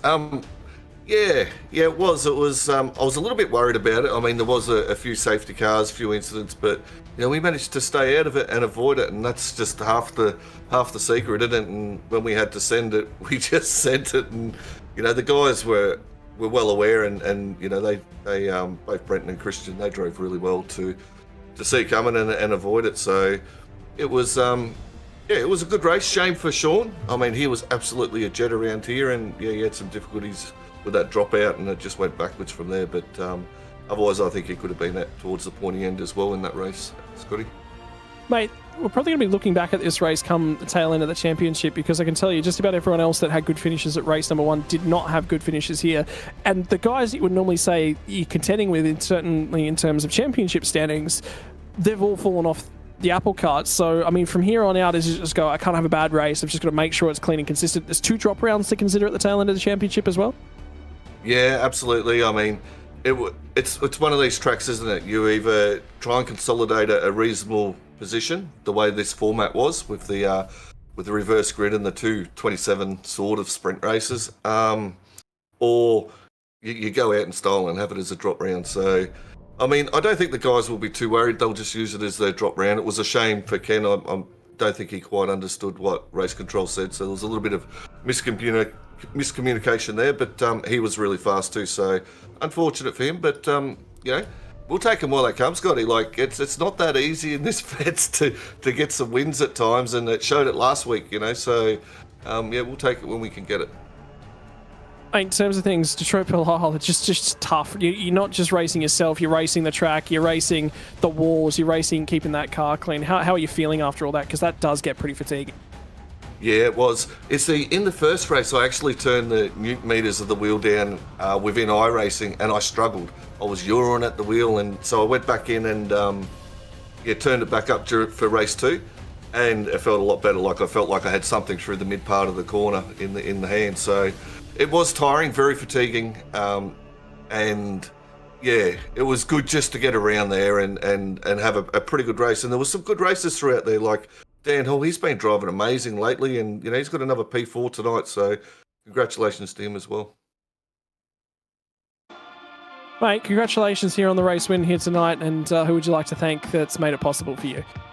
Yeah, big shout out to all the Vets drivers. I mean, it was a tough round for everyone, and for those that got good points, congratulations to those that didn't. I mean, you use it as a drop round, but to you guys over at SimSpeed, look forward to watching this broadcast back, and also the Scops this weekend too, guys. So that'll be fun. And to Macca, he was a great support this round. He had a great turn of speed, probably the fastest on track, really. So really unfortunate for him. And to our sponsors over at 95 Sim Sport that make it happen, big shout out to RaceKraft, Turn In Apparel, RSW Graphics, Racing Ears, Prestige Cinematography.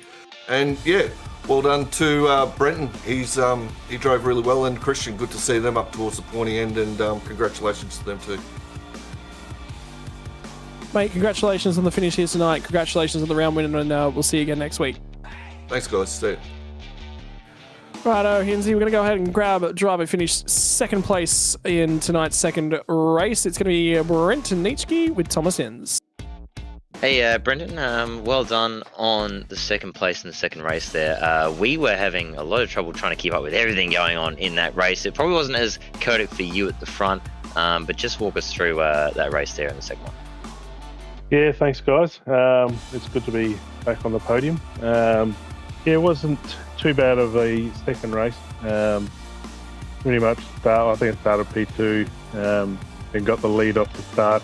I think Christian got a bit of wheel spin, so went through there and unfortunately made a few too many silly mistakes through that race. So kept going back and forth between first and second there, and unfortunately Scotty's just way too quick. He's in another league, I think. So tried the best to stay with him there, and I think I finished within 2 seconds there at the end. So I was quite happy with that. But yeah, as you said, it wasn't too much drama happening at the front there in that second one. So I was happy with that.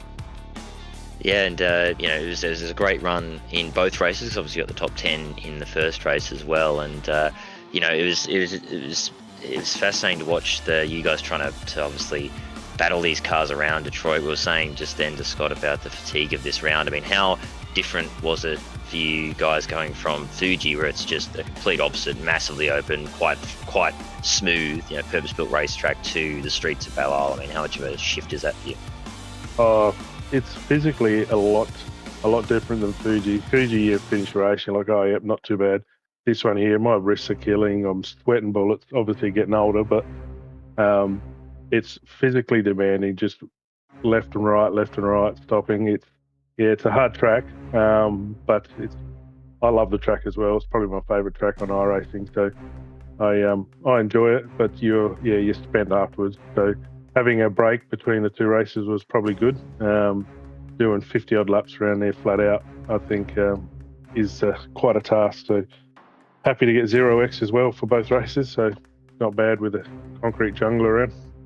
Yeah, definitely. Yeah, and with again, it was the opposite again to last week. Obviously, had no safety cars, was green throughout, and then both races tonight, I think we had 5 total safety cars, I believe, for both races. And how does that play into things with, you're racing and then it stops and you got to relax a bit, and then back to it again and stops? I know for me it can be a bit jarring to get back in the groove. And how is that for you dealing with that? Yeah, I don't like the safety cars myself. I like just to keep in the rhythm and keep going, because like you say, if you get a gap, safety comes out, you lose it, you got to start again. There's always risk of someone sending it up the inside or the outside, or something going wrong, especially once you've gained a bit of a gap. So they are a bit annoying, but I think tonight, with the first one coming out so early in the second race, and I think it was lap 3 or whatever it was, I was like glad to get 1 or 2 more, so the tyres weren't too bad at the end, because otherwise we'd be spending 24 laps on those tyres, which would have been a task as well. Yeah, definitely. Yes, it would have added to the stress at the end, which is already high enough after 2 full races of racing. But again, congratulations on the podium in the second race, and a solid first race as well. Anyone you'd like to thank for that one? Thanks, Oz. Yeah, I'd like to thank you guys for the broadcast. You do an awesome job every week. Also thank Juiced Energy, our major sponsor, RaceKraft, SimSpeed, Horn, and thanks again, guys.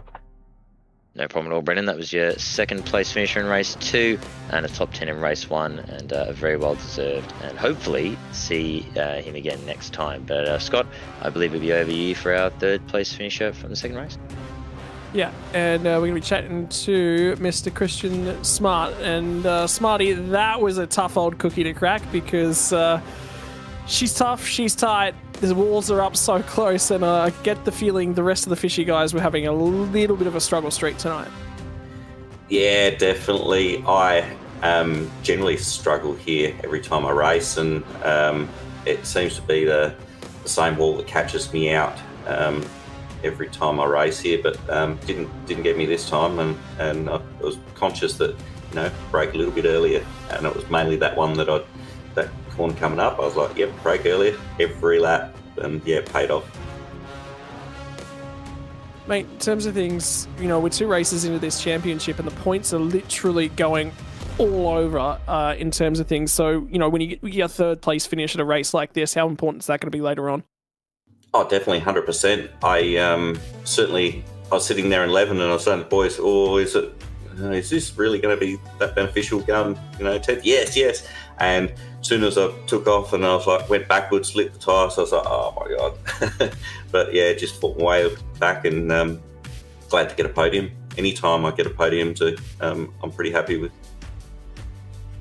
Mate, tough technical. We were just talking about the fatigue levels as well with a few of the drivers already tonight. It's when you go to a street track, it's one race of 100 kilometers is a lot at a street circuit. You know, you go to 100 kilometers, you go at Fuji last week, you go, yeah, that one probably wasn't too bad. 200 kilometers, yeah, that was actually quite easy. I could have done that again. But 100 kilometer race around here, it just lifts. It sucks a lot more out of you. But then you got to line up and you got to do it again. Yeah, 100%. Like, in saying that, it's like 100 kilometres here is equivalent to like 300 kilometres at Phillip Island. You don't have, you know, walls all around you going, you're at your limit, and your limit is virtually your mirrors touching the wall on, you know, at least a dozen spots around the track. So, yeah.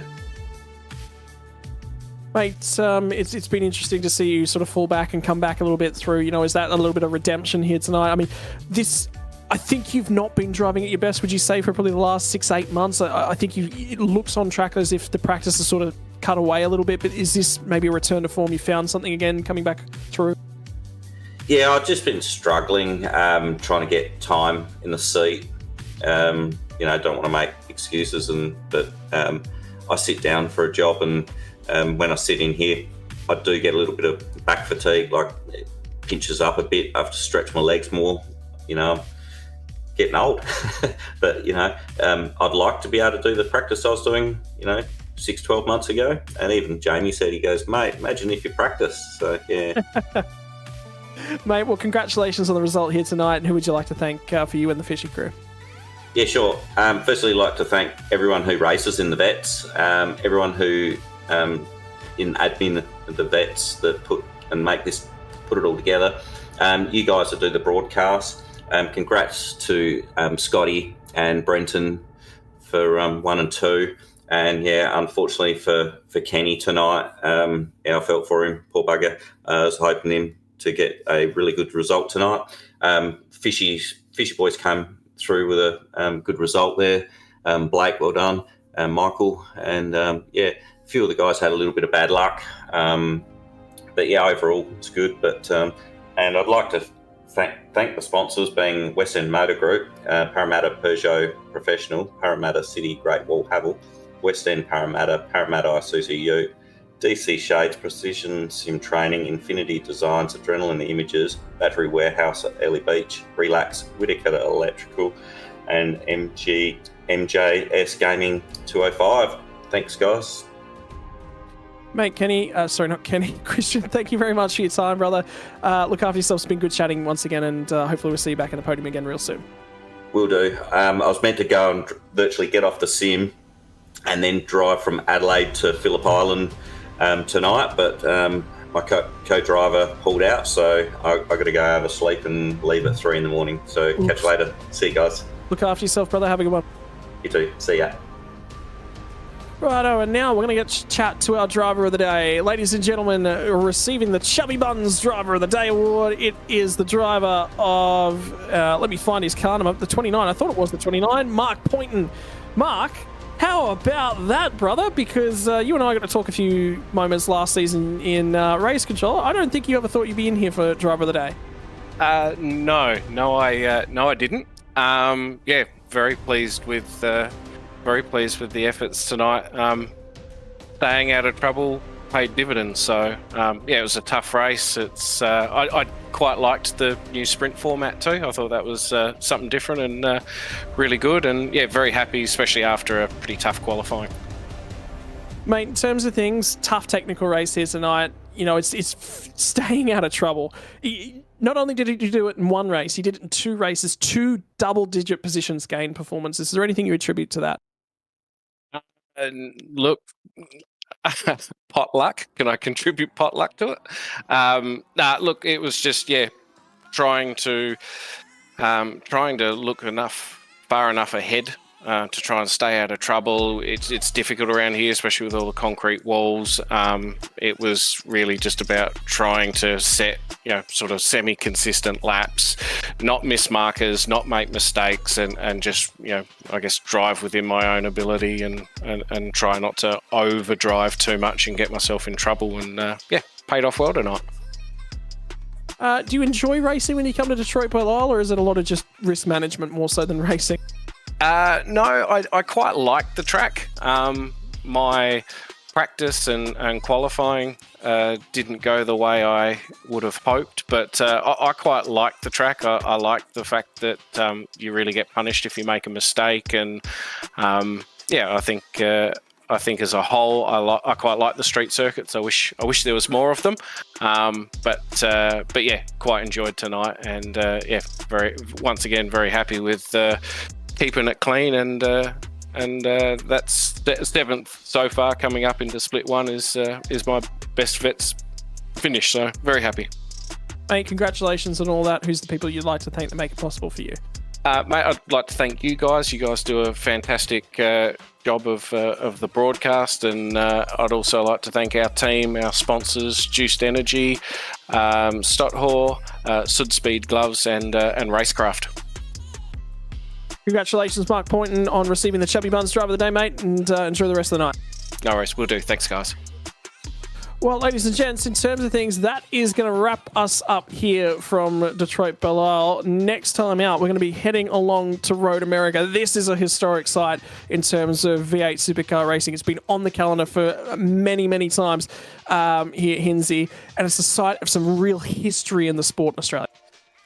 Yeah, no, it's one that, as you say, we've been racing around Road America in V8s for a very long time, since way back before, obviously, the past generation cars as well, and the ones before that as well. So lots of history there. It always generally produces some fantastic racing, lots of opportunities to overtake. Fuel strategies involved. There's a lot more. There's a lot of different layers to the track, and again, it's another totally different flip again from Detroit. You went from very wide open, quite smooth Fuji to the bumpy streets of Belle Isle, and now to sort of in the middle. It's a wider track. It's more traditional, but it is a bit bumpier. It's a bit more sort of interesting like that, I suppose, to me anyway, although I'm not really a fan of Fuji. That's my own personal opinion coming through a bit there. But yeah, Road America, great track, and yeah, should produce some fantastic racing, hopefully, for the next round. And again, might well flip the results yet again. We got people who are probably strong there that weren't as strong tonight, who maybe haven't been strong the first 2 rounds, and they'll come good in this 3rd round. So it's going to be another fascinating one, and I'm very excited to see how it will go. Before we bid adieu, we want to say a big shout out to all the sponsors that make it possible on behalf of the V8 veterans community. A big shout out to RaceKraft V for being the primary sponsor, the naming rights sponsor of season number 20, the V8 veterans. Also want to say a big shout out to the minor sponsors as well. Player One SimGear have been on board for a long time. Nova Sim Sports, Logitech G, Parramatta Isuzu Ute, Chubby Buns Burgers, and SimSpeed. Ladies and gentlemen, this series is not possible without all the sponsors that have come on board to help us make Go Racing each and every week. So a big shout out from everyone here, from everyone behind the SimSpeed crew, from everyone in the V8 veterans community. We want to see you again next Thursday as we go lights out for V8 veterans from Road America. Racing isn't easy, but experiencing it is. iRacing puts you in the driver's seat with the industry's leading sim racing game. Drive on laser scan replicas of the greatest racing circuits from around the world. Go head-to-head against other drivers chosen by skill-based matchmaking to ensure competitive racing at every level. Compete across all your favorite series. In officially licensed cars, engineered to deliver the most accurate driving experience possible.